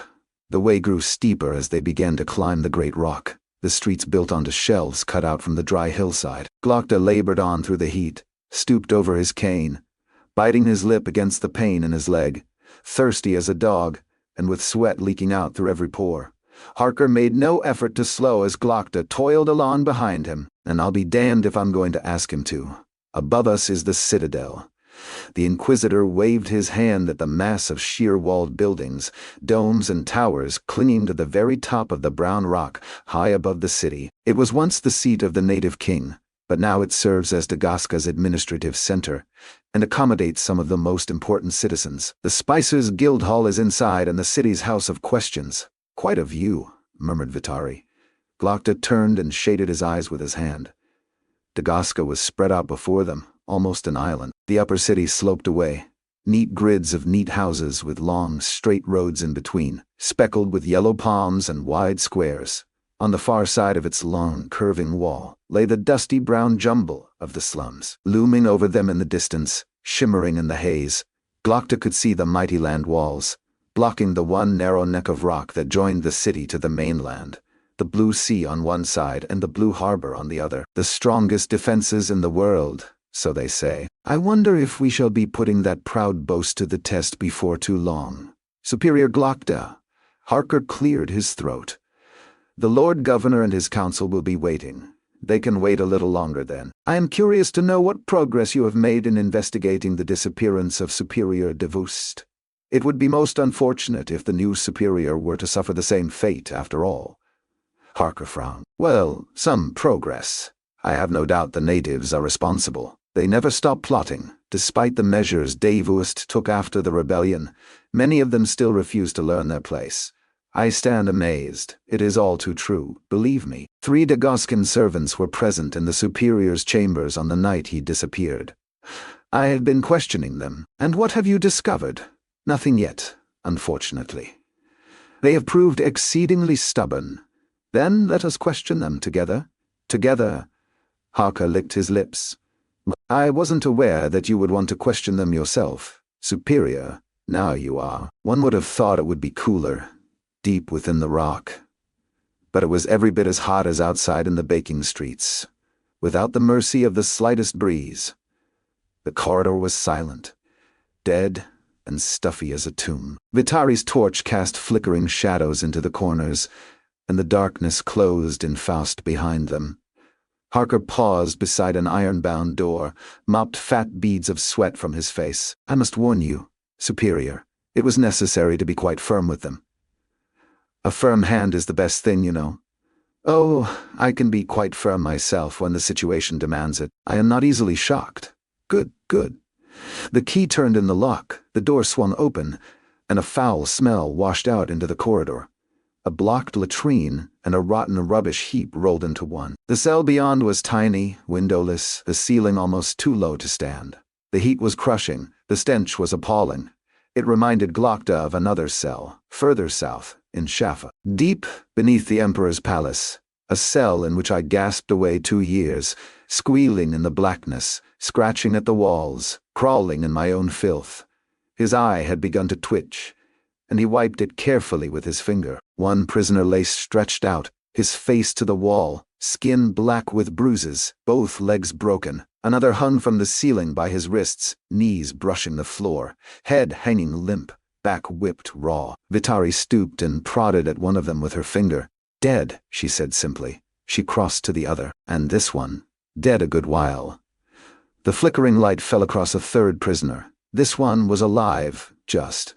She was chained by hands and feet, face hollow with hunger, lips cracked with thirst, clutching filthy, blood-stained rags to her. Her heels scraped at the floor as she tried to push herself further back into the corner, gibbering faintly in Cantic, one hand across her face to ward off the light. I remember, the only thing worse than the darkness is when the light comes. The questions always come with it. Glokta frowned, his twitching eyes moving from the 2 broken corpses to the cowering girl, his head spinning from the effort, and the heat, and the stink. Well, this is very cozy. What have they told you? Harker had his hand over his nose and mouth as he stepped reluctantly into the cell, frost looming just over his shoulder. Nothing yet, but you'll get nothing from these 2, now that's sure. I hope they signed confessions. Well, not exactly. Superior Devust was never that interested in confessions from the Browns. We just, you couldn't even keep them alive long enough to confess? Harker looked sullen, like a child unfairly punished by his schoolmaster. There's still the girl, he snapped. Glokta looked down at her, licking at the space where his front teeth used to be. There is no method here, no purpose. Brutality, for its own sake. I might almost be sickened had I eaten anything today. How old is she? 14, perhaps. Superior. But I failed to see the relevance. The relevance, Inquisitor Harker, is that conspiracies are rarely led by 14-year-old girls. I thought it best to be thorough. Duro, did you even ask them any questions? Well, Glokta's cane cracked Harker cleanly across the face. The sudden movement caused a stab of agony in Glokta's side, and he stumbled on his weak leg and had to grab at Frost's arm for support. The Inquisitor gave a squeal of pain and shock, tumbled against the wall and slid into the filth on the cell floor. You're not an Inquisitor, hissed Glokta. You're a fucking butcher. Look at the state of this place. And you've killed 2 of our witnesses. What use are they now, fool? Glokta leaned forward. Unless that was your intention, eh? Perhaps Devust was killed by a jealous underling? An underling who wanted to silence the witnesses, eh, Harker? Perhaps I should start my investigations with the Inquisition itself. Practical frost loomed over Harker as he struggled to get up, and he shrank back down against the wall, blood starting to dribble from his nose. No, please. It was an accident. I didn't mean to kill them. I just wanted to know what happened. An accident. You're a traitor or an utter incompetent, and I've no use for either one. He leaned down even lower, ignoring the pain shooting up his back, his lips curling away to show his toothless smile. I understand a firm hand is most effective when dealing with primitives, Inquisitor. You will find there are no firmer hands than mine, not anywhere. Get this worm out of my sight. Frost seized hold of Harker by his coat and hauled him bodily through the filth towards the door. Wait, he wailed, clutching at the doorframe. Please, you can't do this! His cries faded down the corridor. Vitari had a faint smile around her eyes, as though she had rather enjoyed the scene. What about this mess? Get it cleaned up. Glokta leaned against the wall, his side still pulsing with pain, wiped sweat from his face with a trembling hand. Wash it down. Bury these bodies. Vitari nodded towards the one survivor. What about her? Give her a bath, clothes, food. Let her go. Hardly worth giving her a bath if she's going back to the lower city. She has a point there. All right. She was Davis' servant, she can be mine. Put her back to work, he shouted over his shoulder, already hobbling for the door. He had to get out. He could hardly breathe in there. I'm sorry to disappoint you all, but the walls are far from impregnable, not in their present poor condition. The speaker trailed off as Glokta shuffled through the door into the meeting chamber of Dagaska's ruling council. It was as unlike the cell below as it was possible for a room to be. It is in fact the most beautiful room I ever saw. Every inch of wall and ceiling was carved in the most minute detail. Geometric patterns of frightening intricacy wound round scenes from Cantic legends and life-size, all painted in glittering gold and silver, vivid red and blue. The floor was a mosaic of wondrous complexity. The long table was inlaid with swirls of dark wood and chips of bright ivory, polished to a high sheen. The tall windows offered a spectacular view over the dusty brown expanse of the city and the sparkling bay beyond. The woman who rose to greet Glokta as he entered did not seem out of place in the magnificent surroundings. Not in the slightest. I am Carla Dan Eider, she said, smiling easily and holding her hands out to him as though to an old friend, Magister of the Guild of Spicers. Glokta was impressed, he had to admit. If only by her stomach, not even the slightest sign of horror. She greets me as though I were not a disfigured, twitching, twisted ruin. She greets me as though I looked as fine as she does. She wore a long gown in the style of the South, blue silk, trimmed with silver. It shimmered around her in the cool breeze through the high windows. Jewels of daunting value flashed on her fingers, on her wrists, round her throat. Glokta detected a strange scent as she came closer. Sweet, like the spice that has made her so very rich, perhaps. The effect was far from wasted on him. I am still a man, after all. Just less so than I used to be. I must apologize for my attire, but Cantic garments are so much more comfortable in the heat. I have become quite accustomed to them during my years here. Her apologizing for her appearance is like a genius apologizing for his stupidity. Don't mention it. Glokta bowed as low as he could, given the uselessness of his leg and the sharp pain in his back. Superior Glokta, at your service. We are most glad to have you with us. We have all been greatly concerned since the disappearance of your predecessor, Superior Davust. Some of you, I expect, have been less concerned than others. I hope to shed some light on the matter. We all hope that you will. She took Glokta's elbow with an effortless confidence. Please allow me to make the introductions. Glokta refused to be moved. Thank you, Magister, but I believe I can make my own. He shuffled across to the table under his own power, such as it was. You must be General Visbruck, charged with the city's defense. The general was in his middle 40s, running slightly to baldness, sweating abundantly in an elaborate uniform, buttoned all the way to the neck in spite of the heat. I remember you. You were in Gurkhal, in the war, a major in the King's Own, and well known for being an ass. It seems you have done well, at least, as asses generally do. A pleasure, said Visbruck, scarcely even glancing up from his documents. It always is, to renew an old acquaintance. We've met. We fought together in Gurkhal. We did. A spasm of shock ran over Visbruck's sweaty face. You're that Glokta? I am indeed, as you say, that Glokta. The general blinked. How have you been? In very great pain, thank you for asking.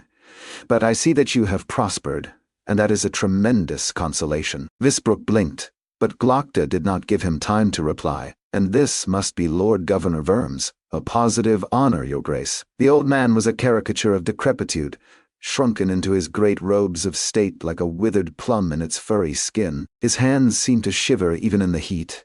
His head was shiny bald aside from a few white wisps. He squinted up at Glokta through weak and rheumy eyes. What did he say? The Lord Governor stared about him in confusion. Who is this man? General Visbruck leaned across, so close his lips almost brushed the old man's ear.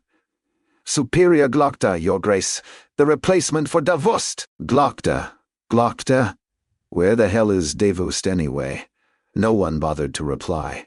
I am Corsten Dan Worms. The Lord Governor's son spoke his own name, as though it was a magic spell, offered his hand to Glokta as though it was a priceless gift.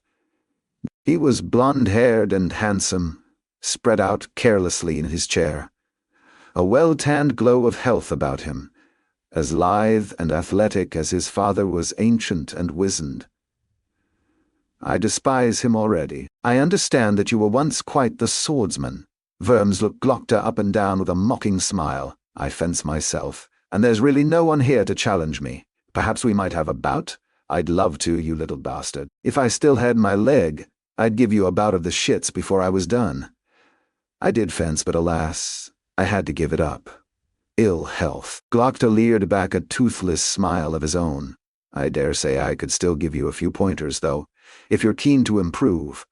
Worms frowned at that, but Glokta had already moved on.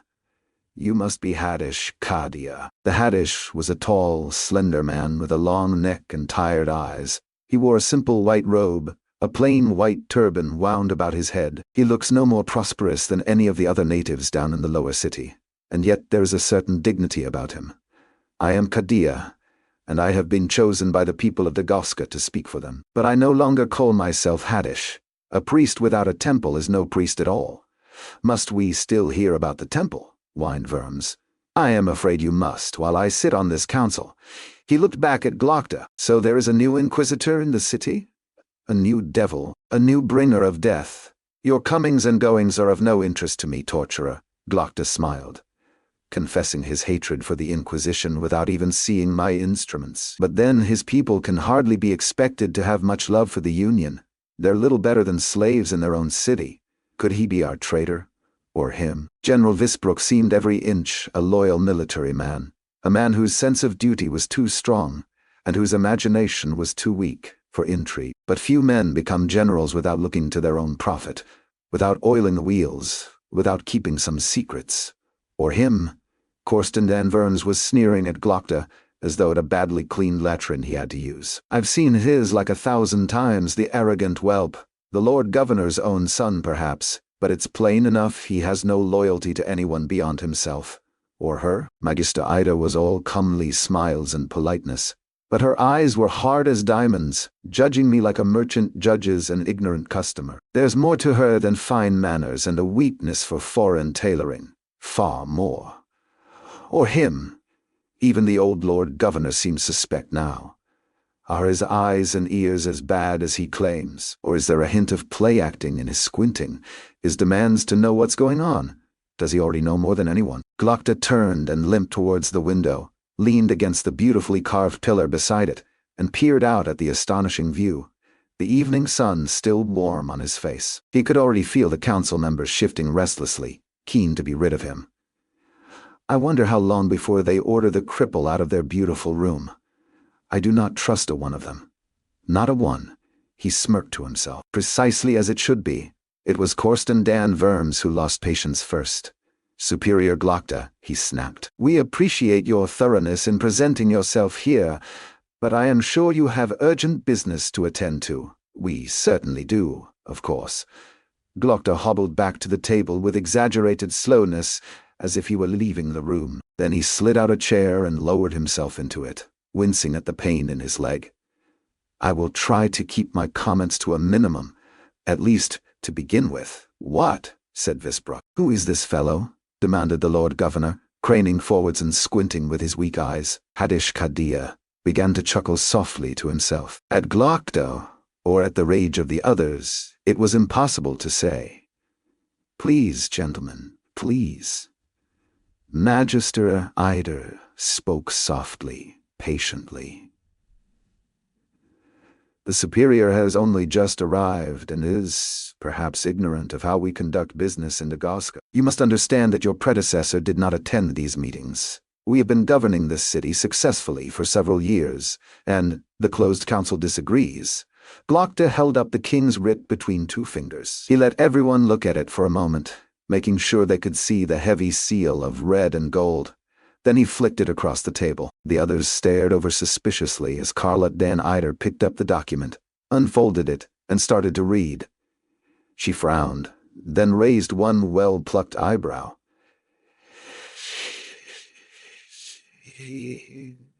It seems that we are the ignorant ones. Let me see that. Corson den Wurm snatched the paper out of her hands and started to read it. It can't be, he muttered. It can't be. I'm afraid that it is. Glokta treated the assembly to his toothless leer. Arch-Lector Sult is most concerned. He has asked me to look into the disappearance of Superior Davust, and also to examine the city's defenses, to examine them carefully, and to ensure that the Gurkish stay on the other side of them. He has instructed me to use whatever measures I deem necessary.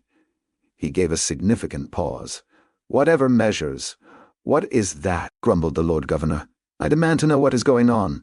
Visbruck had the paper now. The King's writ, he breathed, mopping his sweaty forehead on the back of his sleeve. Signed by all 12 chairs on the closed council. It grants full powers. He laid it down gently on the inlaid tabletop, as though worried it might suddenly burst into flames.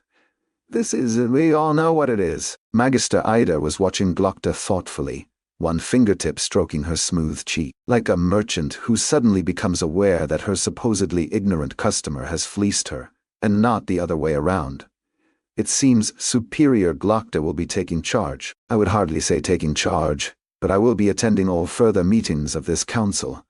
You should consider that the first of a very great number of changes. Glokta gave a comfortable sigh as he settled into his beautiful chair, stretching out his aching leg, resting his aching back. Almost comfortable.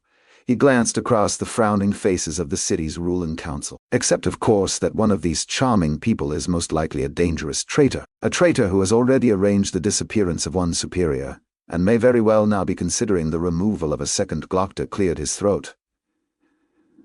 Now then, General Visbruck, what were you saying as I arrived? Something about the walls. Chapter 4. The Wounds of the Past. The Mistakes of Old, intoned Bayaz with the highest pomposity, should be made only once. Any worthwhile education, therefore, must be founded on a sound understanding of history. Jezal gave vent to a ragged sigh. Why on earth the old man had undertaken to enlighten him was past his understanding.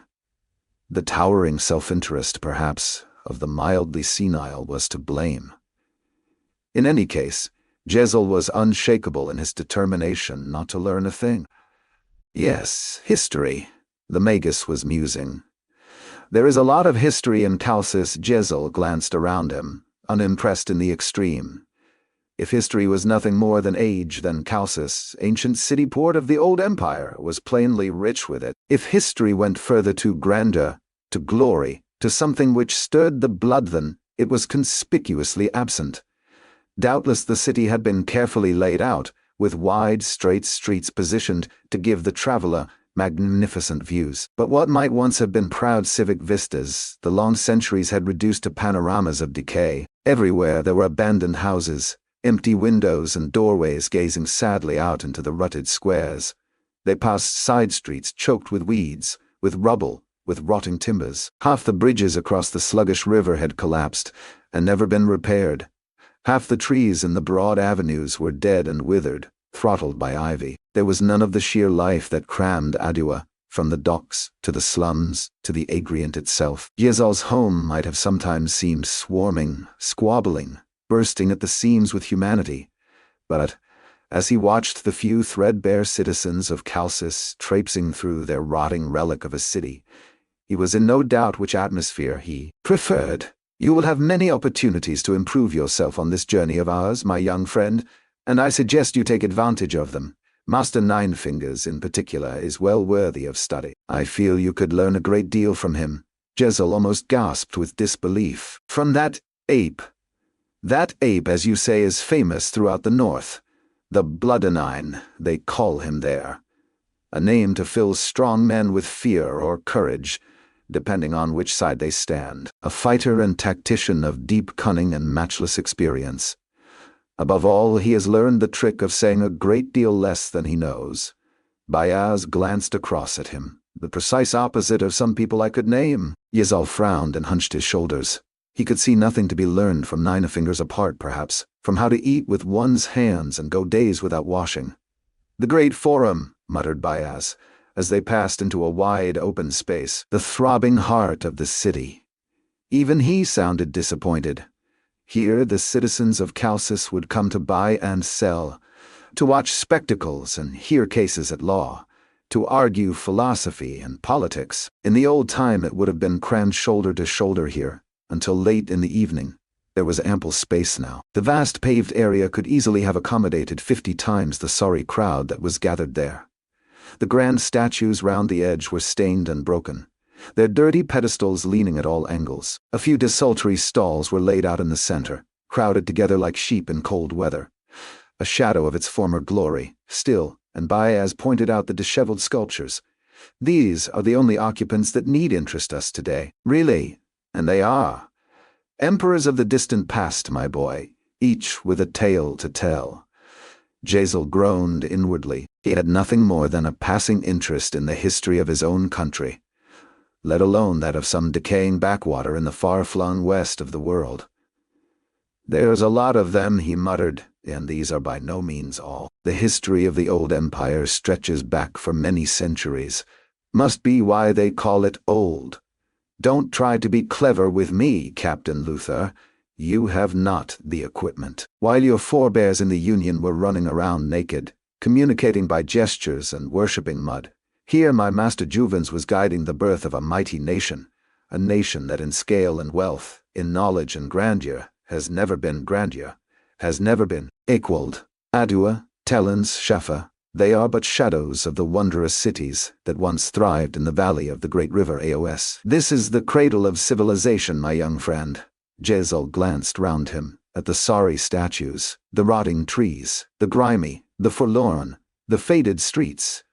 What went wrong? The failure of something great is never a simple matter, but where there is success and glory, there must also be failure and shame. Where there are both, jealousies must simmer. Envy and pride led by slow degrees to squabbles, then to feuds, then to wars. But disasters are not without their lessons, my boy. Jazel grimaced. He needed more lessons like he needed a dose of the cock-rot, and he in no sense felt himself to be anyone's boy, but the old man was not in the least put off by his reluctance. A great ruler must be ruthless, intoned Bayaz. When he perceives a threat against his person or authority, he must move swiftly, and with no space left for regret. For an example, we need look no further than the Emperor Shilla. He gazed up at the marble above them, its features all but entirely worn away by the weather. When he suspected his chamberlain of harboring pretensions to the throne, he ordered him put to death on the instant, his wife and all his children strangled, his great mansion in Orcus leveled to the ground. Bayaz shrugged, all without the slightest shred of proof. An excessive and a brutal act, but better to act with too much force than too little. Better to be held in fear than in contempt. Shilla knew this. There is no place for sentiment in politics, do you see?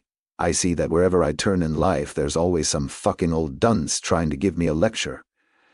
That was what Jazel thought, but he was not about to say it. The memory of a practical of the Inquisition bursting apart before his very eyes was still horribly fresh in his mind.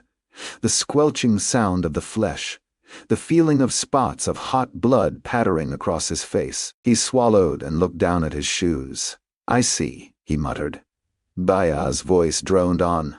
Not that a great king need be a tyrant, of course. To gain the love of the common man should always be a ruler's first aim, for it can be won with small gestures, and yet can last a lifetime. Jazel was not about to let that pass, however dangerous the old man might be.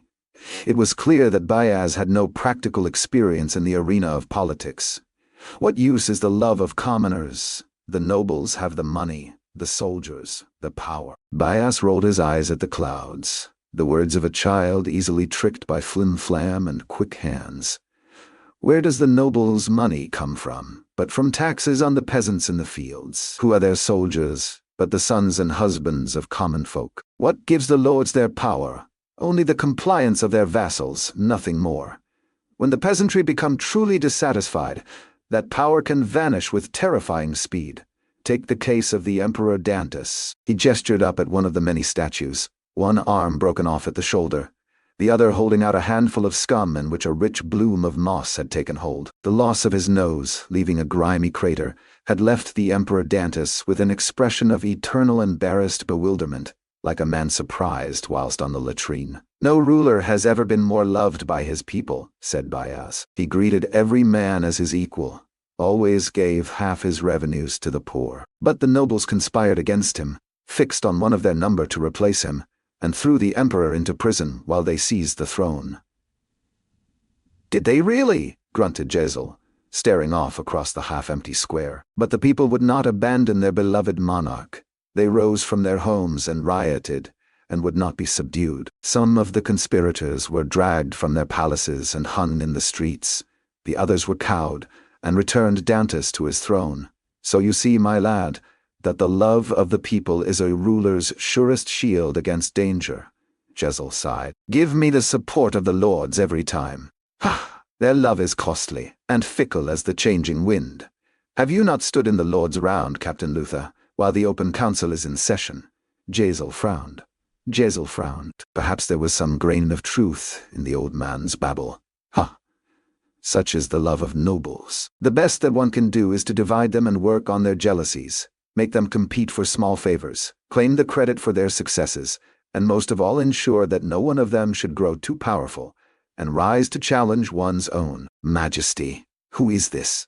One statue stood noticeably higher than the others, an impressive-seeming man in late middle age, with a thick beard and curling hair. His face was handsome, but there was a grim set to his mouth, a proud and wrathful wrinkling of his brow. A man not to be fooled with. That is my master, Juvens, not an emperor, but the first and last adviser to many. He built the empire, yet he was also the principal in its destruction. A great man in so many ways, but great men have great faults. Bayaz turned his worn staff thoughtfully round in his hand. One should learn the lessons of history. The mistakes of the past need only be made once. He paused for a moment. Unless there are no other choices. Jezel rubbed his eyes and stared across the forum. The Crown Prince Ladisla perhaps might have benefited from such a lecture, but Jezel rather doubted it. Was this why he had been torn away from his friends, from his hard-earned chance at glory and advancement, to listen to the dusty musings of some strange bald wanderer? He frowned. There were a group of 3 soldiers moving towards them across the square.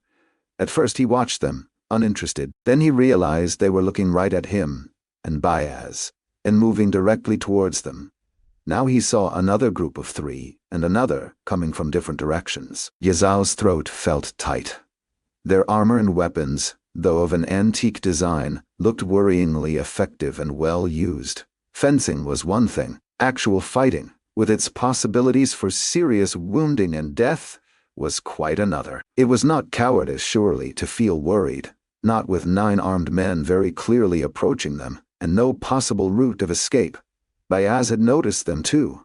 A welcome appears to have been prepared. The 9 closed in, faces hard, weapons firmly gripped. Jezel squared his shoulders and did his best to look fearsome while meeting nobody's eye, and keeping his hands well away from the hilts of his steels. He had no wish whatsoever for someone to get nervous and stab him on a whim. "You are Bayaz," said their leader, a heavy-set man with a grubby red plume on his helmet.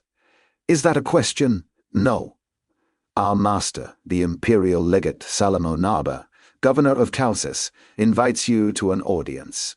"Does he indeed?" Bayaz glanced around at the party of soldiers, then raised an eyebrow at Jezel. "I suppose it would be rude of us to refuse, when the legate has gone to all the trouble of organizing an honor guard. Lead the way. Say one thing for Logan Nine Fingers. Say he's in pain." He dragged himself over the broken cobblestones, wincing every time his weight went onto his bad ankle, limping, gasping, waving his arms to keep his balance. Brother Longfoot grinned over his shoulder at this sorry display. "How are your injuries progressing, my friend?" "Painfully," grunted Logan through gritted teeth. "And yet, I suspect you have endured worse." "Huh." The wounds of the past were many. He'd spent most of his life in some amount of pain, healing too slowly from one beating or another. He remembered the first real wound he had ever taken, a cut down his face that the Shanka had given him. 15 years old, lean and smooth-skinned, and the girls in the village had still liked to look at him. He touched his thumb to his face and felt the old scar. He remembered his father pressing the bandage to his cheek in the smoky hall, the stinging of it, wanting to shout but biting his lip. A man stays silent when he can. Lojan remembered lying on his face in a stinking tent, with the cold rain drumming on the canvas, biting on a piece of leather to keep from screaming, coughing it out and screaming anyway, while they dug in his back for an arrowhead that hadn't come out with the shaft. It had taken them a day of looking to find the bastard thing. Lojan winced and wriggled his tingling shoulder blades at that memory. He hadn't been able to talk for a week from all that screaming. Hadn't been able to talk for more than a week after the duel with Three Trees. Or walk, or eat, or see hardly. Broken jaw, broken cheek, ribs broken past counting. Bones smashed until he was no more than aching, crying, self-pitying goo, mewling, like an infant at every movement of his stretcher. Fed by an old woman with a spoon, grateful to get it. There were plenty more memories, all crowding in and cutting at him. The stump of his finger, after the battle at Carlion, burning and making him crazy. Waking up sudden after a day out cold, when he got knocked on the head up in the hills. Pissing red after Hardingrim's spear had pricked him through the guts. Lojan felt them now on his tattered skin, all of his scars, and he hugged his arms around his aching body. The wounds of the past were many, all right, but it didn't make the ones he had now hurt any less. The cut in his shoulder nagged at him, sore as a burning coal. He'd seen a man lose an arm from nothing more than a graze he'd got in battle.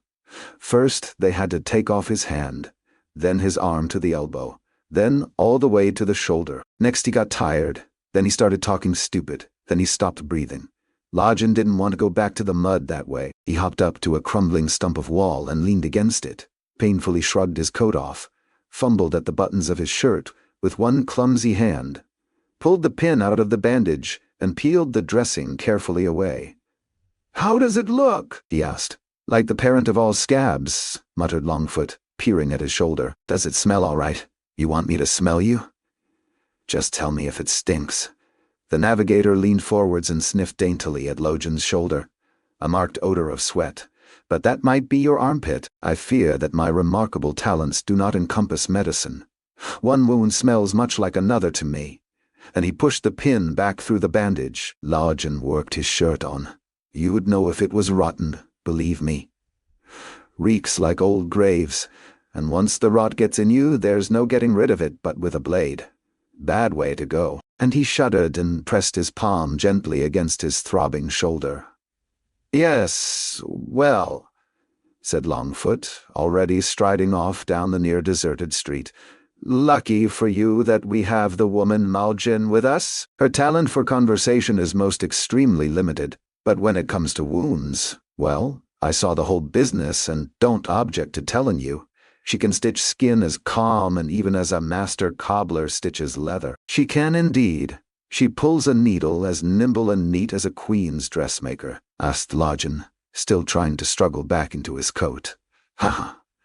The North has always been wild and lawless, heavy with bloody feuds and merciless brigands. Every man goes on to the teeth, and ready to kill at a moment's notice.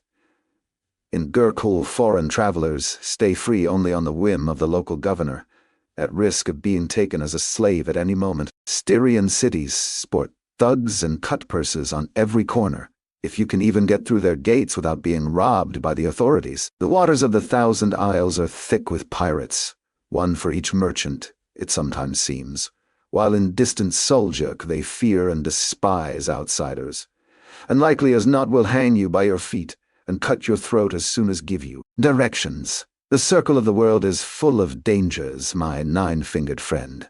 But if all that is not enough for you, and you yearn for more severe peril, I suggest that you visit the old empire." Lojan got the feeling that Brother Longfoot was enjoying himself. That bad? Worse? Oh yes, indeed. Especially if, rather than simply visiting, one undertakes to cross the breadth of the country from one side to the other. Lojan winced. "And that's the plan. That is, as you put it, the plan. For time out of mind, the old empire has been riven by civil strife. Once a single nation with a single emperor, his laws enforced by a mighty army and a loyal administration. It has dissolved down the years into a boiling soup of petty princedoms, crackpot republics, city-states, and tiny lordships, until few acknowledge any leader who does not even now hold a sword over their heads. The lines between tax and brigandage, between just war and bloody murder, between rightful claim and fantasy have blurred and vanished. Hardly a year goes by without another power-hungry bandit declaring himself king of the world. I understand there was a time, perhaps 50 years ago, when there were no fewer than 16 emperors at one moment. 15 more than you need. 16 more, some might say, and not a one of them friendly to travelers. When it comes to getting murdered, the old empire presents a victim with quite the dazzling choice. But one need not be killed by men. No. Oh dear me, no. Nature has also placed many fearsome obstacles in our path, especially given that winter is now coming fast upon us. Westward of Chalcis stretches a wide and level plain, open grassland for many hundreds of miles. In the old time, perhaps, much of it was settled, cultivated, crossed by straight roads of good stone in every direction. Now the towns mostly lie in silent ruins. The land is storm-drenched wilderness. The roads are trails of broken stones luring the unwary into sucking bogs. Bogs, muttered Logan, slowly shaking his head. And worse, beside, the river Aos, greatest of all rivers within the circle of the world, carves a deep and snaking valley through the midst of this wasteland. We will have to cross it, but there are only 2 surviving bridges, one at Darmium, which is our best chance, another at Ostum, 100 miles or more further west. There are fords, but the Aos is mighty and fast-flowing, and the valley deep and dangerous. Longfoot clicked his tongue. That is before we reach the Broken Mountains. High, are they? Oh, extremely. Very high and very perilous, called broken for their steep cliffs, their jagged ravines, their sudden plunging drops. There are rumored to be passes, but all the maps, if indeed there ever were any, were lost long ago. Having negotiated the mountains, we will take ship. You plan to carry a ship over the mountains. Our employer assures me he can get one on the other side, though how I do not know, for that land is almost utterly unknown. We will sail due west to the island of Shabulian, which they say rises from the ocean at the very edge of the world. They say, rumor is all that anyone knows of it. Even amongst the illustrious order of navigators, I've heard of no man who lays claim to have set foot upon the place. And the brothers of my order are well known for far-fetched claims, shall we say. Logan scratched slowly at his face, wishing that he'd asked Bayaz his plans before. It all sounds a long way. One could scarcely conceive, in fact, of a destination more remote. What's there? Longfoot shrugged. You will have to ask our employer. I find routes, not reasons. Follow me, please, Master Ninefingers. And I pray you not to dally. We have a great deal to do if we are to pose as merchants. Merchants? That is Bayaz's plan. Merchants often risk the journey west from Chalcis to Darmium, even beyond to Aostum. They are large cities still, and largely cut off from the outside world. The profits one can make carrying foreign luxuries to them, spices from Gurkhul, silks from Suljuk, chaga from the north are astronomical. Why, you can triple your investment in a month, if you survive. Such caravans are a common sight, well armed and well defended, of course. What about these looters and robbers wandering the plain? Aren't merchants just what they're after? Of course, said Longfoot. It must be some other threat that this disguise is intended to defend against. One directed specifically at us. At us? Another threat? We need more? But Longfoot was already striding out of earshot. In one part of Chalcis at least, the majesty of the past was not entirely faded. The hall into which they were ushered by their gods or their kidnappers was glorious indeed. 2 lines of columns, tall as forest trees, marched down either side of the echoing space, carved from polished green stone, fretted with glittering veins of silver. High above, the ceiling was painted a rich blue-black, marked with a galaxy of shining stars, constellations picked out by golden lines. A deep pool of dark water filled the space before the door, perfectly still, reflecting everything. Another shadowy hall below, another shadowy night sky beyond it. The imperial legate lay sprawled out across a couch on a high dais at the far end of the room, a table before him loaded with delicacies.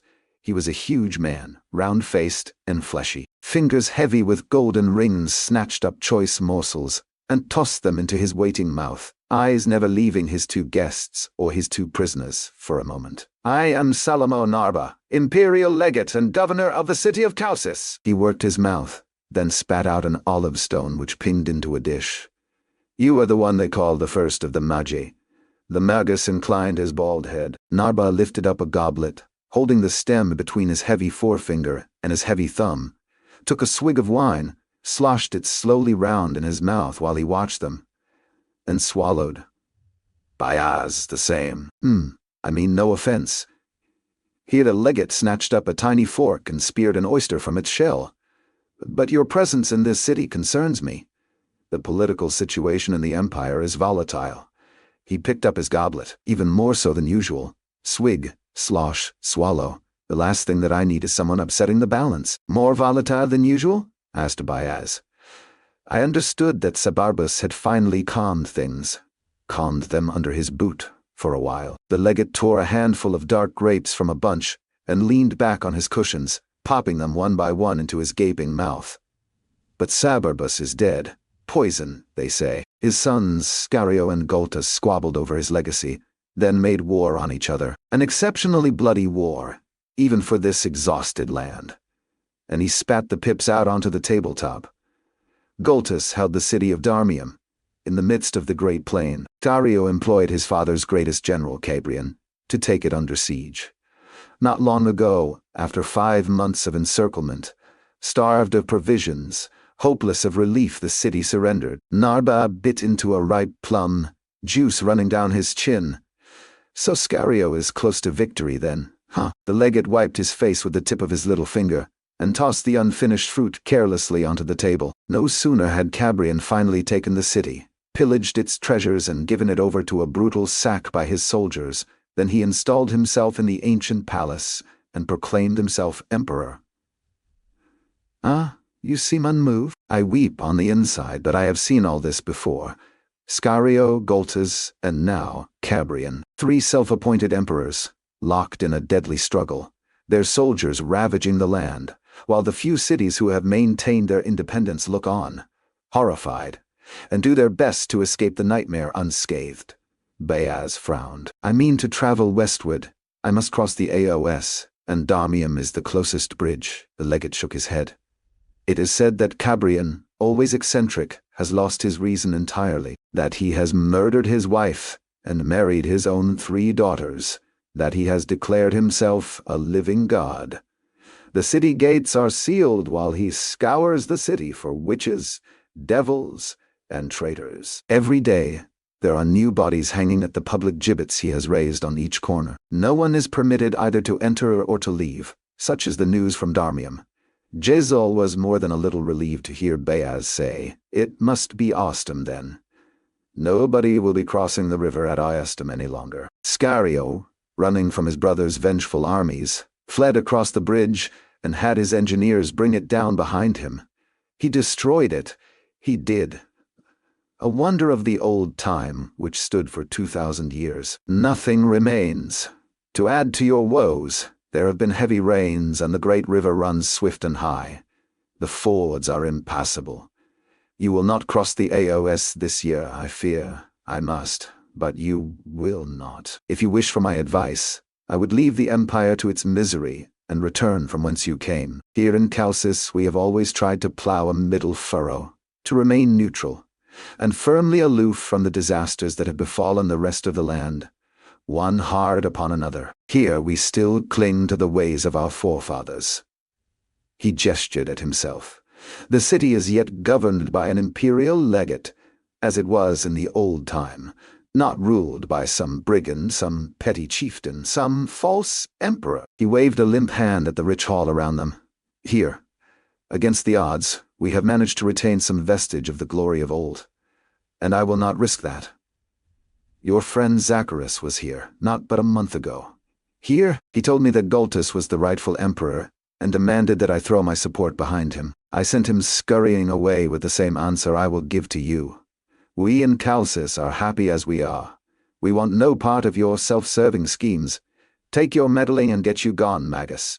I give you 3 days to leave the city." There was a long, quiet pause, as the last echoes of Narba's speech faded. A long, breathless moment, and all the while Bayaz's frown grew harder. A long, expectant silence, but not quite empty. It was full of growing fear, "Have you confused me with some other man?" growled Bayaz, and Jezal felt an urgent need to shuffle away from him and hide behind one of the beautiful pillars. "I am the first of the Magi, the first apprentice of great Juvens himself." His anger was like a great stone pressing on Jezal's chest, squeezing the air from his lungs, crushing the strength from his body. He held up his meaty fist. "This is the hand that cast down Canidius, the hand that crowned Herod. You dare to give me threats. Is this what you call the glory of old? A city shrunken in its crumbling walls, like some withered old warrior cowering in the outsized armor of his youth." Narba shrank behind his silverware, and Jezal winced, terrified that the legate might explode at any moment and shower the room with gore. "You think I care a damn for your broken pisspot of a town?" thundered Bayaz. "I'll be gone in one." And he turned on his heel and stalked across the polished floor towards the entrance, the ringing echoes of his voice still grating from the shining walls, the glittering ceiling. Jezal dithered a moment, weak and trembling, then shuffled guiltily away, following the first of the Magi past the legate's horrified, dumbstruck guards and out into the daylight. Chapter 5. The Condition of the Defenses. To Archlector Sult, head of His Majesty's Inquisition. Your Eminence, I have acquainted the members of Dagaska's ruling council with my mission. You will not be surprised to learn that they are less than delighted at the sudden reduction in their powers. My investigation into the disappearance of Superior Davoust is already underway, and I feel confident that results will not be long in coming. I will be appraising the city's defenses as soon as possible, and will take any and all steps necessary to ensure that Dagaska is impregnable. You will hear from me soon. Until then, I serve and obey. San Dan Glokta, Superior of Dagaska. The sun pressed down on the crumbling battlements like a great weight. It pressed through Glokta's hat and onto his stooped head. It pressed through Glokta's black coat and onto his twisted shoulders. It threatened to squeeze the water right out of him, squash the life right out of him, crush him to his knees. A cool autumn morning in charming Dagaska. While the sun attacked him from above, the salt wind came at him head-on. It swept in off the empty sea and over the bare peninsula, hot and full of choking dust, blasting the land walls of the city and scouring everything with salty grit. It stung at Glokta's sweaty skin, whipped the moisture from his mouth, tickled at his eyes and made them weep stinging tears. Even the weather wants to be rid of me, it would seem. Practical Vitari teetered along the parapet beside him, arms outstretched like a circus performer on the high rope. Glokta frowned up at her, a gangly black shape against the brilliant sky. She could just as easily walk down here and stop making a spectacle of herself. But at least this way there is always the chance of her falling off. The land walls were 20 strides high at the least. Glokta allowed himself the very slightest smile at the thought of the Archlector's favorite practical slipping, sliding, tumbling from the wall, hands clutching at nothing, perhaps a despairing scream as she fell to her death. But she didn't fall. Bitch. Considering her next report to the Archlector, no doubt. The cripple continues to flounder like a landed fish. He has yet to uncover the slightest trace of Davoust, or any traitor, despite questioning half the city. The one man he has arrested is a member of his own Inquisition. Glokta shaded his eyes with his hand and squinted into the blinding sun. The neck of rock that connected Dagaska with the mainland stretched away from him, no more than a few hundred strides across at its narrowest point, the sparkling sea on both sides. The road from the city gates was a brown stripe through the yellow scrub, cutting southwards towards the dry hills on the mainland. A few sorry-looking seabirds squawked and circled over the causeway, but there were no other signs of life. "Might I borrow your eyeglass, General?" Visbrook flicked the eyeglass open and slapped it sulkily into Glokta's outstretched hand. Plainly, he feels he has better things to do than give me a tour of the defenses. The general was breathing heavily, standing stiffly to attention in his impeccable uniform, plump face shining with sweat, doing his best to maintain his professional bearing. His bearing is the only professional thing about this imbecile, but, as the Archlector says, we must work with the tools we have. Glokta raised the brass tube to his eye. The Gurkish had built a palisade, a tall fence of wooden stakes that fringed the hills, cutting Dagaska off from the mainland. There were tents scattered about the other side, thin plumes of smoke rising from a cooking fire here or there. Glokta could just about make out tiny figures moving, sun glinting on polished metal. Weapons and armor, and plenty of both. There used to be caravans from the mainland, Visbruck murmured. Last year there were 100 of them every day. Then the Emperor's soldiers started to arrive, and there were fewer traitors. They finished the fence a couple of months ago. There hasn't been so much as a donkey since. Everything has to come in by ship now. Glokta scanned across the fence, and the camps behind, from the sea on one side to the sea on the other. Are they simply flexing their muscles, putting on a show of force, or are they in deadly earnest? The Gurkish love a good show, but they don't mind a good fight either. That's how they've conquered the whole of the south, more or less. He lowered the eyeglass. How many Gurkish, do you think? Visbruck shrugged. Impossible to say. At least 5,000, I would guess. But there could be many more. Behind those hills, we have no way of knowing. 5,000, at the least. If it's a show, it's a good one. How many men have we? Visbruck paused. I have around 600 Union soldiers under my command. Around 600? Around? You lackwit dunce. When I was a soldier, I knew the name of every man in my regiment, and who was best suited to what tasks.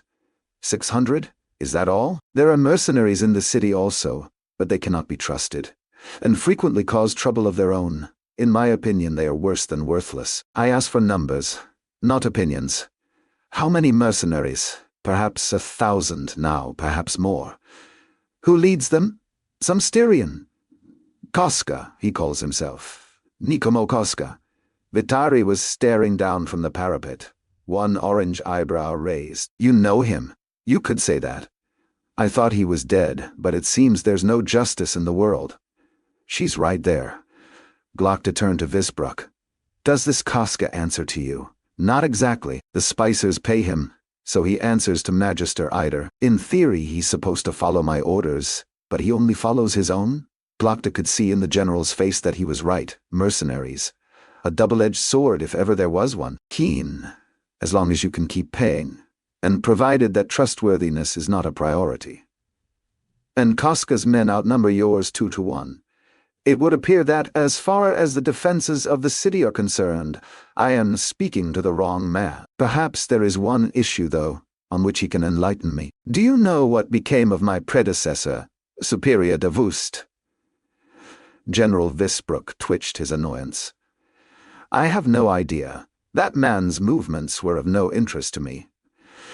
Mused Glokta, jamming his hat down tighter onto his head as another gritty gust of wind blew in across the walls. The disappearance of the city's superior of the Inquisition, of no interest whatsoever. None, snapped the general. We rarely had cause to speak to one another. Davust was well known as an abrasive character. As far as I am concerned, the Inquisition has its responsibilities, and I have mine. Touchy. But then everyone is, since I arrived in town. You'd almost think they didn't want me here. You have your responsibilities, eh? Glokta shuffled to the parapet, lifted his cane and prodded at a corner of crumbling masonry, not far from Vitara's heel. A chunk of stone cracked away and tumbled from the wall into space. A few moments later he heard it clatter into the ditch far below. He rounded on Visbruck. As commander of the city's defenses, would you count the maintenance of the walls as being among your responsibilities? Visbruck bristled. I have done everything possible. Glokta counted the points off with the fingers of his free hand. The land walls are crumbling and poorly manned. The ditch beyond is so choked with dirt it barely exists. The gates have not been replaced in years, and are falling to pieces on their own. If the Gurkish were to attack tomorrow, I do believe would be in quite a sorry position. Not for any oversight on my part, I can assure you. With the heat and the wind and the salt from the sea, wood and metal rot in no time, and stone fares little better. Do you realize the task? The general gestured at the great sweep of the towering land walls, curving away to the sea on either side. Even here at the top, the parapet was wide enough to drive a cart down, and they were a lot thicker at the base. I have few skilled masons and precious little materials. What the closed council gives me barely pays for the upkeep of the citadel. Then the money from the spicers scarcely keeps the walls of the upper city in good repair. Fool, one could almost believe he did not seriously mean to defend the city at all. The citadel cannot be supplied by sea if the rest of Dagosca is in Gurkish hands, am I right? Well, no, but the walls of the upper city might keep the natives where they are, but they are too long, too low, and too thin to withstand a concerted attack for long. Would you agree? Yes, I suppose so, but so any plan that treats the citadel or the upper city as our main line of defense is one that only plays for time. Time for help to arrive. Help that, with our army committed hundreds of leagues away in Angland, might take a while appearing. Will never appear at all.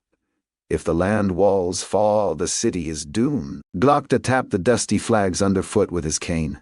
Here is where we must fight the Gurkish, and here is where we must keep them out. Everything else is an irrelevance. An irrelevance. Vitari piped to herself as she hopped from one part of the parapet to another. The general was frowning. I can only do as the Lord Governor and his council instruct me. The lower city has always been regarded as dispensable. I am not responsible for overall policy. I and Glokta held Visbruck's eye for a very long moment. From now on, all resources will be directed into the repair and strengthening of the land walls. New parapets, new gates, every broken stone must be replaced. I don't want to see a crack an ant could crawl through, let alone a Gurkish army. But who will do the work? The natives built the damn things in the first place, didn't they? There must be skilled men among them. Seek them out and hire them. As for the ditch, I want it down below sea level. If the Gurkish come, we can flood it and make the city into an island. But that could take months. You have 2 weeks, perhaps not even that long. Press every idle man into service. Women and children, too, if they can hold a spade. Visbruck frowned up at Vitari. And what about your people in the Inquisition? Oh, they're too busy asking questions, trying to find out what happened to your last superior. Or they're watching me and my quarters and the gates of the citadel all day and night, trying to make sure that the same thing doesn't happen to your new one. Be a shame. Visbruck, if I had disappeared before the defenses were ready. Of course, superior, muttered the general. But without tremendous enthusiasm, I rather think. Everyone else must work, though, including your own soldiers. But you can't expect my men to. I expect every man to do his part. Anyone who doesn't like it can go back to Adua. He can go back and explain his reluctance to the Archlector. Glokta leered his toothless smile at the general. There's no one that can't be replaced, General. No one at all. There was a great deal of sweat on Visbruck's pink face, great drops of it. The stiff color of his uniform was dark with moisture. Of course, every man must do his part. Work on the ditch will begin immediately. He made a weak attempt at a smile. I'll find every man, but I'll need money. Superior. If people work, they must be paid, even the natives. Then we will need materials. Everything has to be brought in by sea. Borrow what you need to get started. Work on credit. Promise everything and give nothing for now. His Eminence will provide, he'd better. I want reports on your progress every morning. Every morning, yes. You have a great deal to do, General. I'd get started. Visbruck paused for a moment, as though unsure whether to salute or not. In the end, he simply turned on his heel and stalked off. The peak of a professional soldier dictated to by a civilian, or something more. Am I upsetting his carefully laid plans? Plans to sell the city to the Gurkish, perhaps? Vitari hopped down from the parapet onto the walkway. His Eminence will provide. You'd be lucky. Glokta frowned at her back as she sauntered away. Then he frowned towards the hills on the mainland. Then he frowned up at the citadel, dangers on every side, trapped between the Archlector and the Gurkish, and with nobody but an unknown traitor for company. It'll be a wonder if I last a day. A committed optimist might have called the place a dive, but it scarcely deserves the name. A piss-smelling shack with some oddments of furniture. Everything stained with ancient sweat and recent spillages. A kind of cesspit with half the cess removed. Customers and staff were indistinguishable. Drunken, fly-blown natives stretched out in the heat.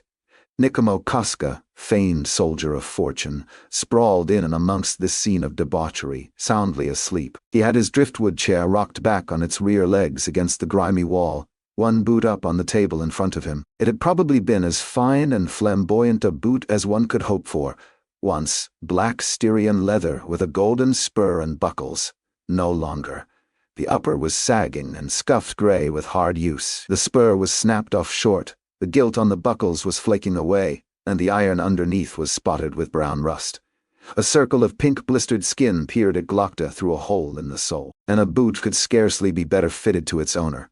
Koska's long mustaches, no doubt meant to be waxed out sideways in the fashion of a Styrian dandy, flopped limp and lifeless round his half-open mouth. His neck and jaw were covered in a week's growth, somewhere between beard and stubble, and there was a scabrous, flaking rash peering out above his collar. His greasy hair stuck from his head at all angles, excepting a large bald spot on his crown, angry red with sunburn. Sweat beaded his slack skin. A lazy fly crawled across his puffy face. One bottle lay empty on its side on the table. Another, half full, was cradled in his lap.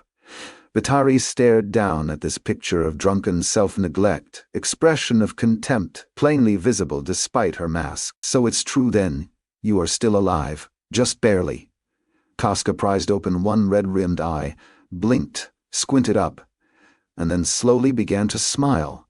"Shiloh Vitari, I swear. The world can still surprise me." He worked his mouth, grimacing, glanced down and saw the bottle in his lap, lifted it, and took a long, thirsty pull. Deep swallows, just as if it were water in the bottle. A practiced drunkard, as though there was any doubt. Hardly the man one would choose to entrust the defense of the city to. At first glance, "I never expected to see you again. Why don't you take off the mask?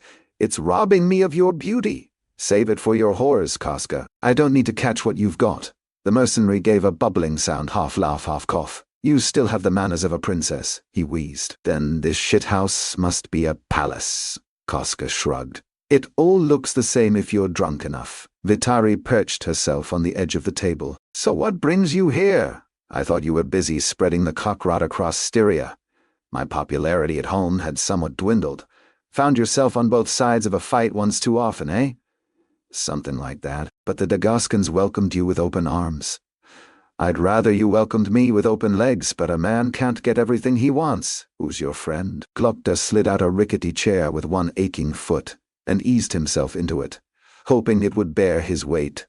Crashing to the floor in a bundle of broken sticks would hardly send the right message now, would it? "My name is Glokta." He stretched his sweaty neck out to one side and then the other. "Superior Glokta." Koska looked at him for a long time. His eyes were bloodshot, sunken, heavy-lidded. And yet there is a certain calculation there. "Not half as drunk as he pretends, perhaps." "The same one who fought in Gurkhul, the colonel of horse?" Glokta felt his eyelid flicker. "You could hardly say the same man, but surprisingly well remembered nonetheless. I gave up soldiery some years ago. I'm surprised you've heard of me. A fighting man should know his enemies, and a hired man never knows who his next enemy might be. It's worth taking notice of who's who in military circles. I heard your name mentioned some time ago, as a man worth taking notice of. Bold and clever, I heard, but reckless. That was the last I heard, and now here you are, in a different line of work. Asking questions, recklessness didn't work out for me in the end." Glokta shrugged. "And a man needs something to do with his time, of course. Never doubt another's choices, I say. You can't know his reasons. You come here for a drink, superior. They've nothing but this piss, I'm afraid." He waved the bottle. "Or have you questions for me?" "That I have, and plenty of them." "Do you have any experience with sieges?" "Experience?" spluttered Koska. "Experience, you ask?" "Experience is one thing I am not short of." "No?" murmured Vitari over her shoulder. "Just discipline and loyalty." "Yes, well." Koska frowned up at her back. "That all depends on who you ask. But I was at Atrina and at Muris. Serious pair of sieges, those. And I'd besieged Visserine myself for a few months and nearly had it. except that she-devil Mercado caught me unawares. Came on us with cavalry before dawn, sun behind and all, damned unfriendly trick the bitch. I heard you were passed out drunk at the time, muttered Vitari. Yes. Well, then I held Borletta against Grand Duke Orso for 6 months. Vitari snorted, until he paid you to open the gates. Koska gave a sheepish grin. It was an awful lot of money, but he never fought his way in. You'd have to give me that, eh, Shiloh? No one needs to fight you, providing they bring their purse. The mercenary grinned. I am what I am, and never claimed to be anything else. So you've been known to betray an employer?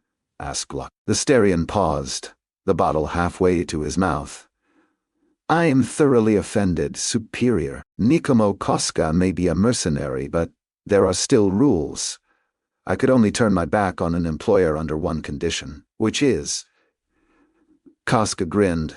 If someone else were to offer me more. Ah, the mercenaries' code. Some men will do anything for money. Most men will do anything for enough. Perhaps even make a superior of the Inquisition disappear. Do you know what became of my predecessor, Superior Davust? Ah, the riddle of the invisible torturer. Koska scratched thoughtfully at his sweaty beard, picked a little at the rash on his neck and examined the results, wedged under his fingernail. Who knows or cares to know? The man was a swine. I hardly knew him, and what I knew I didn't like. He had plenty of enemies. And in case you hadn't noticed, it's a real snake pit down here. If you're asking which one bit him, well, isn't that your job? I was busy here. Drinking. Not too difficult to believe. What would your opinion be of our mutual friend, General Visbruck? Koska hunched his shoulders and sank a little lower into his chair. The man's a child, playing soldiers, tinkering with his little castle and his little fence when the big walls are all that count. Lose those and the game is done, I say. I've been thinking the very same thing. Perhaps the defense of the city could be in worse hands after all. Work has already begun on the land walls, and on the ditch beyond. I hope to flood it. Koska raised an eyebrow. Good. Flood it? The Gurkish don't like the water much. Poor sailors. Flood it. Very good. He tipped his head back and sucked the last drops from the bottle. Then he tossed it on the dirty floor, wiped his mouth with his dirty hand, then wiped his hand on the front of his sweat-stained shirt. At least someone knows what they're doing. Perhaps when the Gurkish attack will last longer than a few days, eh? Providing we aren't betrayed beforehand. You never know, perhaps the Gurkish won't attack. Oh, I hope they do. Koska reached under his chair and produced another bottle. There was a glint in his eye as he pulled the cork out with his teeth and spat it across the room. I get paid double once the fighting starts. It was evening, and a merciful breeze was washing through the audience chamber. Glokta leaned against the wall by the window, watching the shadows stretch out over the city below. The Lord Governor was keeping him waiting, trying to let me know he's still in charge, whatever the closed council might say. But Glokta didn't mind being still for a while. The day had been a tiring one. Slogging around the city in the baking heat, examining the walls, the gates, the troops, asking questions to which no one has satisfactory answers. His leg was throbbing. His back was aching, his hand was raw from gripping his cane, but no worse than usual. I am still standing. A good day, all in all. The glowing sun was shrouded in lines of orange cloud. Beneath it a long wedge of sea glittered silver in the last light of the day. The land walls had already plunged half the ramshackle buildings of the lower city into deep gloom, and the shadows of the tall spires of the great temple stretched out across the roofs of the upper city, creeping up the slopes of the rock toward city. The citadel, the hills on the mainland, were nothing more than a distant suggestion full of shadows, and crawling with Gurkish soldiers, watching us as we watched them, no doubt, seeing us dig our ditches, patch our walls, shore up our gates. How long will they be content to watch, I wonder? How long before the sun goes down for us? The door opened and Glokta turned his head, wincing as his neck clicked. It was the Lord Governor's son, Corsten Dan Verms. He shut the door behind him and strode purposefully into the room, metal heel tips clicking on the mosaic floor. Ah, the flower of the Union's young nobility. The sense of honor is almost palpable. Or did someone fart? Superior Glokta, I hope I have not kept you waiting. You have, said Glokta as he shuffled to the table. That is what happens when one comes late to a meeting. Verms frowned slightly. Then I apologize, he said in the most unapologetic tone imaginable. "How are you finding our city? Hot and full of steps." Glokta dumped himself into one of the exquisite chairs. "Where is the Lord Governor?" The frown turned down further. "I am afraid that my father is unwell and cannot attend. You understand that he is an old man and needs his rest. I can speak for him, however." "Can you indeed? And what do the two of you have to say?" "My father is most concerned about the work that you are undertaking on the defenses. I am told that the king's soldiers have been set to digging holes on the peninsula, rather than defending the walls of the upper city. You realize that you are leaving us at the mercy of the natives," Glokta snorted. "The natives are citizens of the Union, no matter how reluctant. Believe me, they are more inclined to mercy than the Gurkish." "Of their mercy I have first-hand experience. They are primitives," sneered Verms, "and dangerous to boot. You have not been here long enough to understand the threat they pose to us. You should talk to Harker. He's got the right ideas as far as the natives are concerned." "I talked to Harker, and I didn't like his ideas. I suspect he may have been forced to rethink them, in fact, downstairs, in the dark. I suspect he is rethinking even now, and as quickly as his pea of a brain will allow. As for your father's worries, he need no longer concern himself with the defense of the city. Since he is an old man, and in need of rest, I have no doubt he will be happy to pass the responsibility to me." A spasm of anger passed across Verm's handsome features. He opened his mouth to hiss some curse, but evidently thought better of it. As well he should. He sat back in his chair, rubbing one thumb and one finger thoughtfully together. When he spoke, it was with a friendly smile and a charming softness. "Now comes the wheedling. Superior Glokta, I feel we have got off on the wrong foot. I only have one that works." Verm's smile slipped somewhat, but he forged on. "It is plain that you hold the cards for the time being, but my father has many friends back in Midderland. I can be a significant hindrance to you, if I have the mind." "A significant hindrance or a great help? I am so glad that you have chosen to cooperate. You can begin by telling me what became of Superior Davost." The smile slipped off entirely. "How should I know? Everyone knows something. And someone knows more than the rest. Is it you, Verms?" The Lord Governor's son thought about it for a moment. "Dense or guilty?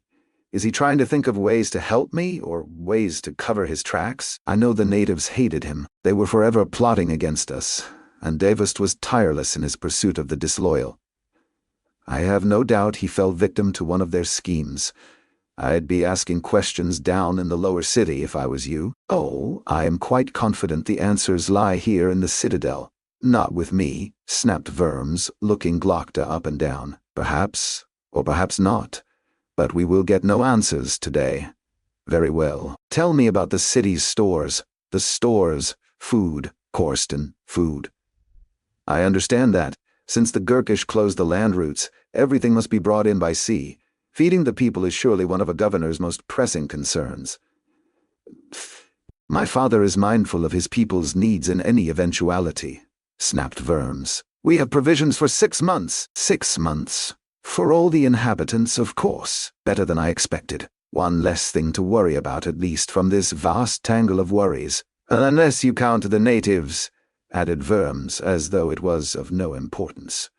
Glokta paused. "And what will they eat if the Gurkish lay siege to the city?" Verms shrugged. "I really hadn't thought about it." "Indeed? What will happen, do you suppose? When they begin to starve, well, chaos is what will happen. We cannot hold the city with 4/5 of the population against us." Glokta sucked at his empty gums in disgust. "You will go to the merchants. You will secure provisions for 6 months. For everyone. I want 6 months' supplies for the rats in the sewers." "What am I?" sneered Verms. "Your grocery boy. I suppose you're whatever I tell you to be." All trace of friendliness had vanished from Verm's face now. "I am the son of a Lord Governor. I refuse to be addressed in this manner."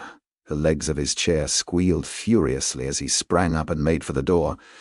"Fine," murmured Glokta. "There's a boat that goes to Adua every day, a fast boat, and it takes its cargo straight to the House of Questions. They'll address you differently there, believe me. I could easily arrange a berth for you." Verms stopped in his tracks. "You wouldn't dare." Glokta smiled, his most revolting, leering, gap-toothed smile. You'd have to be a bold man to bet your life on what I dare. How bold are you? The young man licked his lips, but he did not meet Glokta's gaze for long. I thought not. He reminds me of my friend Captain Luthor, all flash and arrogance, but with no kind of character to hang it on. Prick him with a pin, and he sags like a punctured wineskin. 6 months' food. 6 months for everyone. And see that it's done promptly, grocery boy. Grocery boy, of course, growled Verms, still staring grimly at the floor. Then we can get started on the water, the wells, the cisterns, the pumps. People will need something to wash all your hard work down with, eh? You will report to me every morning. Vern's fists clenched and unclenched by his sides. His jaw muscles worked with fury. Of course, he managed to splutter. Of course, you may go. Glokta watched him stalk away, and I have talked to 2 out of 4. 2 of 4. And I have made 2 enemies. I will need allies if I am to succeed here. Without allies I will not last, regardless of what documents I hold. Without allies I will not keep the Gurkish out if they decide to try and come in. Worse yet, I still know nothing of Devust. A superior of the Inquisition disappeared into thin air. Let us hope the Archlector will be patient. Hope? Archlector, patience. Glokta frowned. Never have 3 ideas belonged together less. Chapter 6. The Thing About Trust. The wheel on the cart turned slowly round and squeaked. It turned round again and squeaked. Pharaoh scowled at it. Damn wheel, damn cart. She shifted her scorn from the cart to its driver. Damn apprentice. She didn't trust him a finger's breadth. His eyes flickered over to her, lingered an insulting moment, then darted off, as if he knew something about Pharaoh that she did not know herself. That made her angry. She looked away from him to the first of the horses, and its rider. Damn Union boy with his stiff back, sitting in his saddle like a king sits on his throne, as though being born with a good-shaped face was an achievement to be endlessly proud of. He was pretty and neat and dainty as a princess. Pharaoh smiled grimly to herself. The princess of the Union, that's what he was. She hated fine-looking people even more than ugly ones. Beauty was never to be trusted. You would have had to look far and wide to find anyone less beautiful than the big 9-fingered bastard. He sat in his saddle slumped over like some great sack of rice, slow-moving, scratching, sniffing, chewing like a big cow, trying to look like he had no killing in him, no mad fury, no devil. She knew better. He nodded to her and she scowled back. He was a devil wearing a cow's skin, and she was not fooled. Better than that damn navigator, though. Always talking, always smiling, always laughing. Pharaoh hated talk and smiles and laughter, each one more than the last. Stupid little man with his stupid tales. Underneath all his lies he was plotting, watching. She could feel it. That left the first of the Magi, and she trusted him least of all. She saw his eyes sliding to the cart, looking at the sack he'd put the box in. Square, gray, dull, heavy box. He thought no one had seen, but she had. Full of secrets is what he was, bald bastard, with his thick neck and his wooden pole, acting as if he had done nothing but good in his life, as if he would not know where to begin at making a man explode. She leaned over and spat onto the track, glowered at their 5 backs as they rode ahead of her. Why had she let Yulway talk her into this madness? A voyage way off into the cold west where she had no business. She should have been back in the south, fighting the Gurkish, making them pay what they owed her. Cursing the name of Yulway silently to herself, she followed the others up to the bridge. It looked ancient pitted stones splattered with stains of lichen. The surface of it rutted deep where a cart's wheels would roll. Thousands of years of carts rolling back and forward. The stream gurgled under its single arch, bitter cold water, flowing fast. A low hut stood beside the bridge, settled and slumped into the landscape over long years. Some wisps of smoke were snatched from its chimney, and out across the land in the cutting wind. One soldier stood outside, alone. Drew the short straw, maybe. He'd pressed himself against the wall, swathed in a heavy cloak, horsehair on his helmet whipping back and forth in the gusts, his spear ignored beside him. Bayaz reined his horse in before the bridge and nodded across. We're going up onto the plain. Out towards Darmium. Can't advise it. Dangerous up there. Bayaz smiled. Dangers mean profits. Profits won't stop an arrow, friend. The soldier looked them up and down, one by one, and sniffed. "Varied crowd, aren't you? I take good fighters wherever I can find them." "Course." He looked over at Pharaoh, and she scowled back. "Very tough, I'm sure. But the fact is the plains are deadly, and more than ever now. Some traitors are still going up there, but they're not coming back. That madman Cabrian has raiders out there, I reckon, keen for plunder. Scario and Goltus too, they're little better. We keep some shred of law on this side of the stream, but once you're up there, you're on your own. There'll be no help for you if you're caught out on the plain." He sniffed again. "No help at all." Bayaz nodded grimly. "We ask for none." He spurred his horse, and it began to trot over the bridge, onto the track on the other side. The others followed behind, Longfoot first, then Luther, then Ninefingers. Quay shook the reins and the cart clattered across. Pharaoh brought up the rear. "No help at all," the soldier called after her, before he wedged himself back against the rough wall of his hut. The Great Plain. It should have been good land for riding, reassuring land.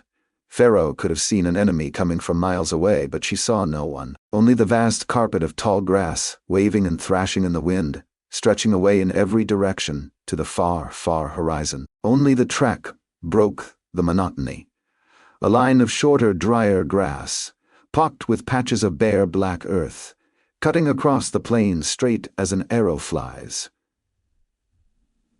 Pharaoh did not like it, this vast sameness. She frowned as they rode, peering left and right. In the badlands of Kanta, the barren earth was full of features-broken boulders, withered valleys, dried-up trees casting their clawing shadows, distant creases in the earth full of shade, bright ridges doused in light. In the badlands of Kanta, the sky above would be empty, still, a bright bowl holding nothing but the blinding sun in the day, the bright stars at night.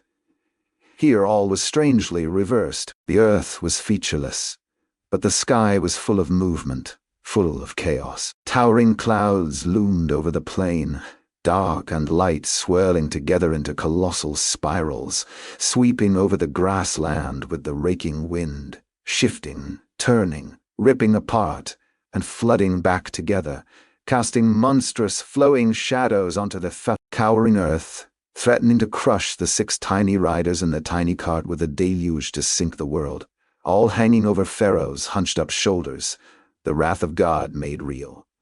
This was a strange land, one in which she had no place. She needed reasons to be here, and good ones. "You, Bayaz," she shouted, drawing up level with him. "Where are we going?" "Huh," he grunted, frowning out across the waving grass, from nothing to nothing. "We are going westwards, across the plain, over the great river Eos, as far as the Broken Mountains." Then she saw the faint lines around his eyes, across the bridge of his nose, grow deeper, watched his lips press together. Annoyance. He did not like her questions. "Then we go further. How long will it take?" "All of winter and into spring," he snapped. "And then we must come back." He dug his heels into his horse's flanks and trotted away from her, up the track towards the front of the group. Pharaoh was not so easily put off, not by this shifty old pink. She dug in her own heels and drew up level with him. "What is the first law?" Bayaz looked sharply over at her. "What do you know about it?" "Not enough. I heard you and Yulway talking through the door.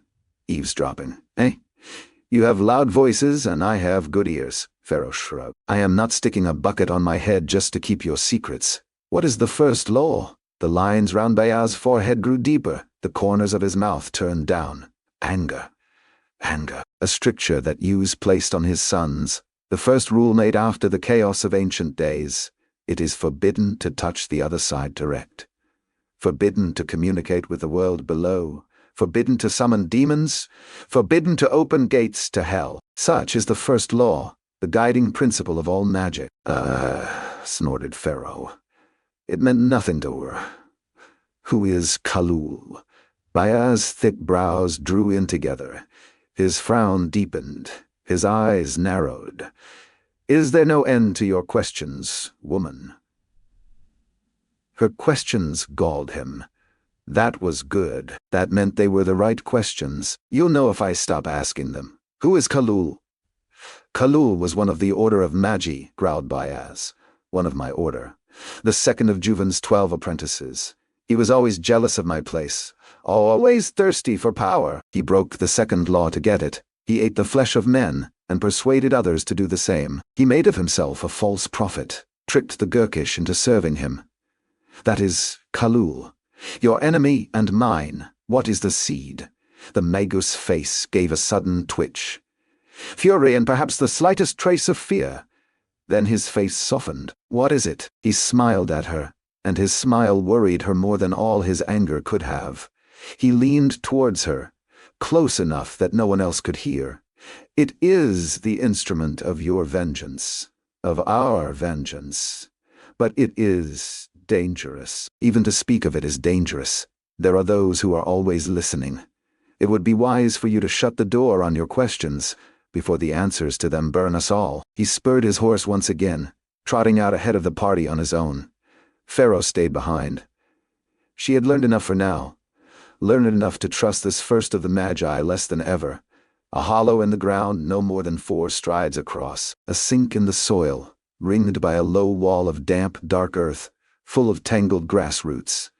That was the best place they had found to camp for the night, and they had been lucky to find it. It was as big a feature in the landscape as Pharaoh had seen all day. The fire that Longfoot had made was burning well now, flames licking bright and hungry at the wood, rustling and flickering out sideways as a gust of wind swept down into the hollow. The 5 pinks sat clustered around it, hunched and huddled for warmth, light from it bright on their pinched-up faces. Longfoot was the only one speaking. His talk was all of his own great achievements. How he had been to this place or that, how he knew this thing or that, how he had a remarkable talent for this or for that. Pharaoh was sick of it already, and had told him so twice. The first time she thought she had been clear, the second time she had made sure of it. He would not be talking to her of his idiot travels again, but the others still suffered in silence. There was space for her, down by the fire, but she did not want it. She preferred to sit above them, cross-legged in the grass on the lip of the hollow. It was cold up here in the wind, and she pulled the blanket tighter round her shivering shoulders. A strange and frightening thing, cold. She hated it, but she preferred cold to company. And so she sat apart, sullen and silent, and watched the light drain out of the brooding sky, watched the darkness creep into the land. There was just the faintest glow of the sun now, on the distant horizon, a last feeble brightness round the edges of the looming clouds. The big pink stood up and looked at her. He scratched at the side of his thick neck. We need to set watches. Could be dangerous out here at night. We'll take it in shifts. I'll go first, then Luther'll watch, she grunted.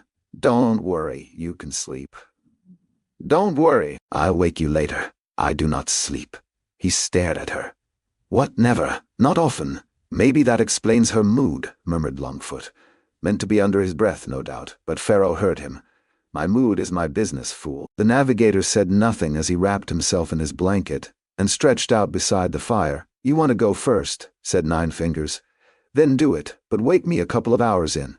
We each should take our turn. Slowly, quietly, wincing with the need not to make noise, Pharaoh stole from the cart.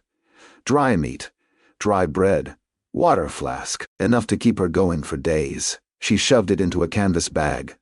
One of the horses snorted and shied as she slipped past, and she scowled at it.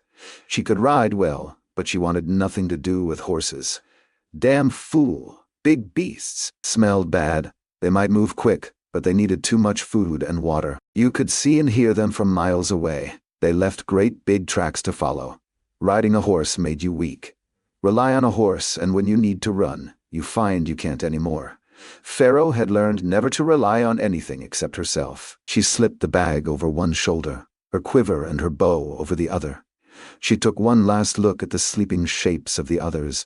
Dark mounds clustered round the fire. Luther had the blanket drawn up under his chin, smooth-skinned, full-lipped face turned towards the glowing embers. Bayaz had his back to her, but she could see the dim light shining off his bald pate, the back of one dark ear, hear the slow rhythm of his breathing. Longfoot had his blanket pulled up over his head, but his bare feet stuck from the other end. Thin and bony, tendons standing out like tree roots from the mud. Kaya's eyes were open the tiniest chink. Firelight shining wet on a slit of eyeball made it look like he was watching her, but his chest was moving slowly up and down, mouth hanging slack, sound asleep and dreaming, no doubt. Pharaoh frowned. Just 4. Where was the big pink? She saw his blanket lying empty on the far side of the fire, dark folds and light folds, but no man inside. Then she heard his voice. Going already? Behind her. That was a surprise, that he could have crept around her like that while she was stealing food. He seemed too big, too slow, too noisy to creep up on anyone. She cursed under her breath. She should have known better than to go by the way things seemed. She turned slowly round to face him, and took one step towards the horses. He followed, keeping the distance between them the same. Pharaoh could see the glowing fire reflected in one corner of each of his eyes, a curve of cratered, stubbly cheek, the vague outline of his bent nose, a few strands of greasy hair floating over his head in the breeze. Slightly blacker than the black. Leant behind. I don't want to fight you, Pink. I've seen you fight. She had seen him kill 5 men in a few moments, and even she had been surprised. The memory of the laughter echoing from the walls, his twisted, hungry face, half snarl, half smile, covered in blood and spit, and madness. The ruined corpses strewn on the stones like rags. All this was sharp in her mind. Not that she was frightened, of course, for Pharaoh Malgene felt no fear, but she knew when to be careful. I've no wish to fight you either, he said. But if Bayaz finds you gone in the morning, he'll have me chasing you. I've seen you run, and I'd rather fight you than chase you. At least I'd have some chance. He was stronger than her, and she knew it. Almost healed now, moving freely. She regretted helping him with that. Helping people was always a mistake. A fight was an awful risk. She might be tougher than others, but she'd no wish to have her face broken into slop like that big man, the stone splitter. No wish to be stuck through with a sword, to have her knees smashed, her head ripped half off. None of that held any appeal, but he was too close to shoot, and if she ran he'd rouse the others, and they had horses. Fighting would probably wake them anyway. But if she could land a good blow quickly, she might get away in the confusion. Hardly perfect, but what choice did she have?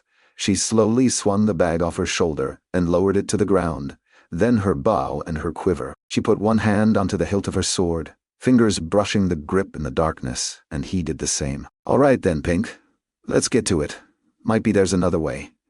She watched him, suspicious, ready for tricks. What way? Stay with us. Give it a few days. If you don't change your mind, well, I'll help you pack. You can trust me. Trust was a word for fools. It was a word people used when they meant to betray you. If he moved forward a finger's width, she would sweep the sword out and take his head off. She was ready, but he did not move forward, and he did not move back. He stood there, a big, silent outline in the darkness. She frowned, fingertips still tickling the grip of the curved sword. Why should I trust you? The big Pink shrugged his heavy shoulders. Why not? Back in the city, I helped you and you helped me. Without each other, might be we'd both be dead. It was true, she supposed, he had helped her. Not as much as she had helped him, but still. Time comes you got to stick at something, don't you? That's the thing about trust. Sooner or later you just got to do it, without good reasons. Why? Otherwise you end up like us, and who wants that, huh? I'll do you a deal. You watch my back, I'll watch yours. He tapped his chest slowly with his thumb. I'll stick, he pointed at her. You'll stick. What do you say? Pharaoh thought about it. Running had given her freedom, but little else. It had taken her through years of misery to the very edge of the desert, hemmed in by enemies. She had run from Yulway and the Eaters had nearly taken her. Where would she run to now, anyway? Would she run across the sea to Kanta? Perhaps the big Pink was right. Perhaps the time had come to stop running. At least until she could get away unnoticed. She took her hand away from her sword, slowly folded her arms across her chest, and he did the same. They stood there for a long moment, watching one another in the darkness, in the silence. All right, Pink, she growled. I will stick, as you say, and we will see. But I make no fucking promises, you understand. I didn't ask for promises. My turn at the watch. You get some rest. I need no rest. I told you that. Suit yourself, but I'm sitting down. Fine. The big Pink began to lower himself cautiously towards the earth, and she followed him. They sat cross-legged where they had stood, facing each other, the embers of the campfire glowing beside them, casting a faint brightness over the four sleepers, across one side of the pink's lumpy face, casting a faint warmth across hers. They watched each other. That's it for today's video. The next part arrives tomorrow. Subscribe so you don't miss it.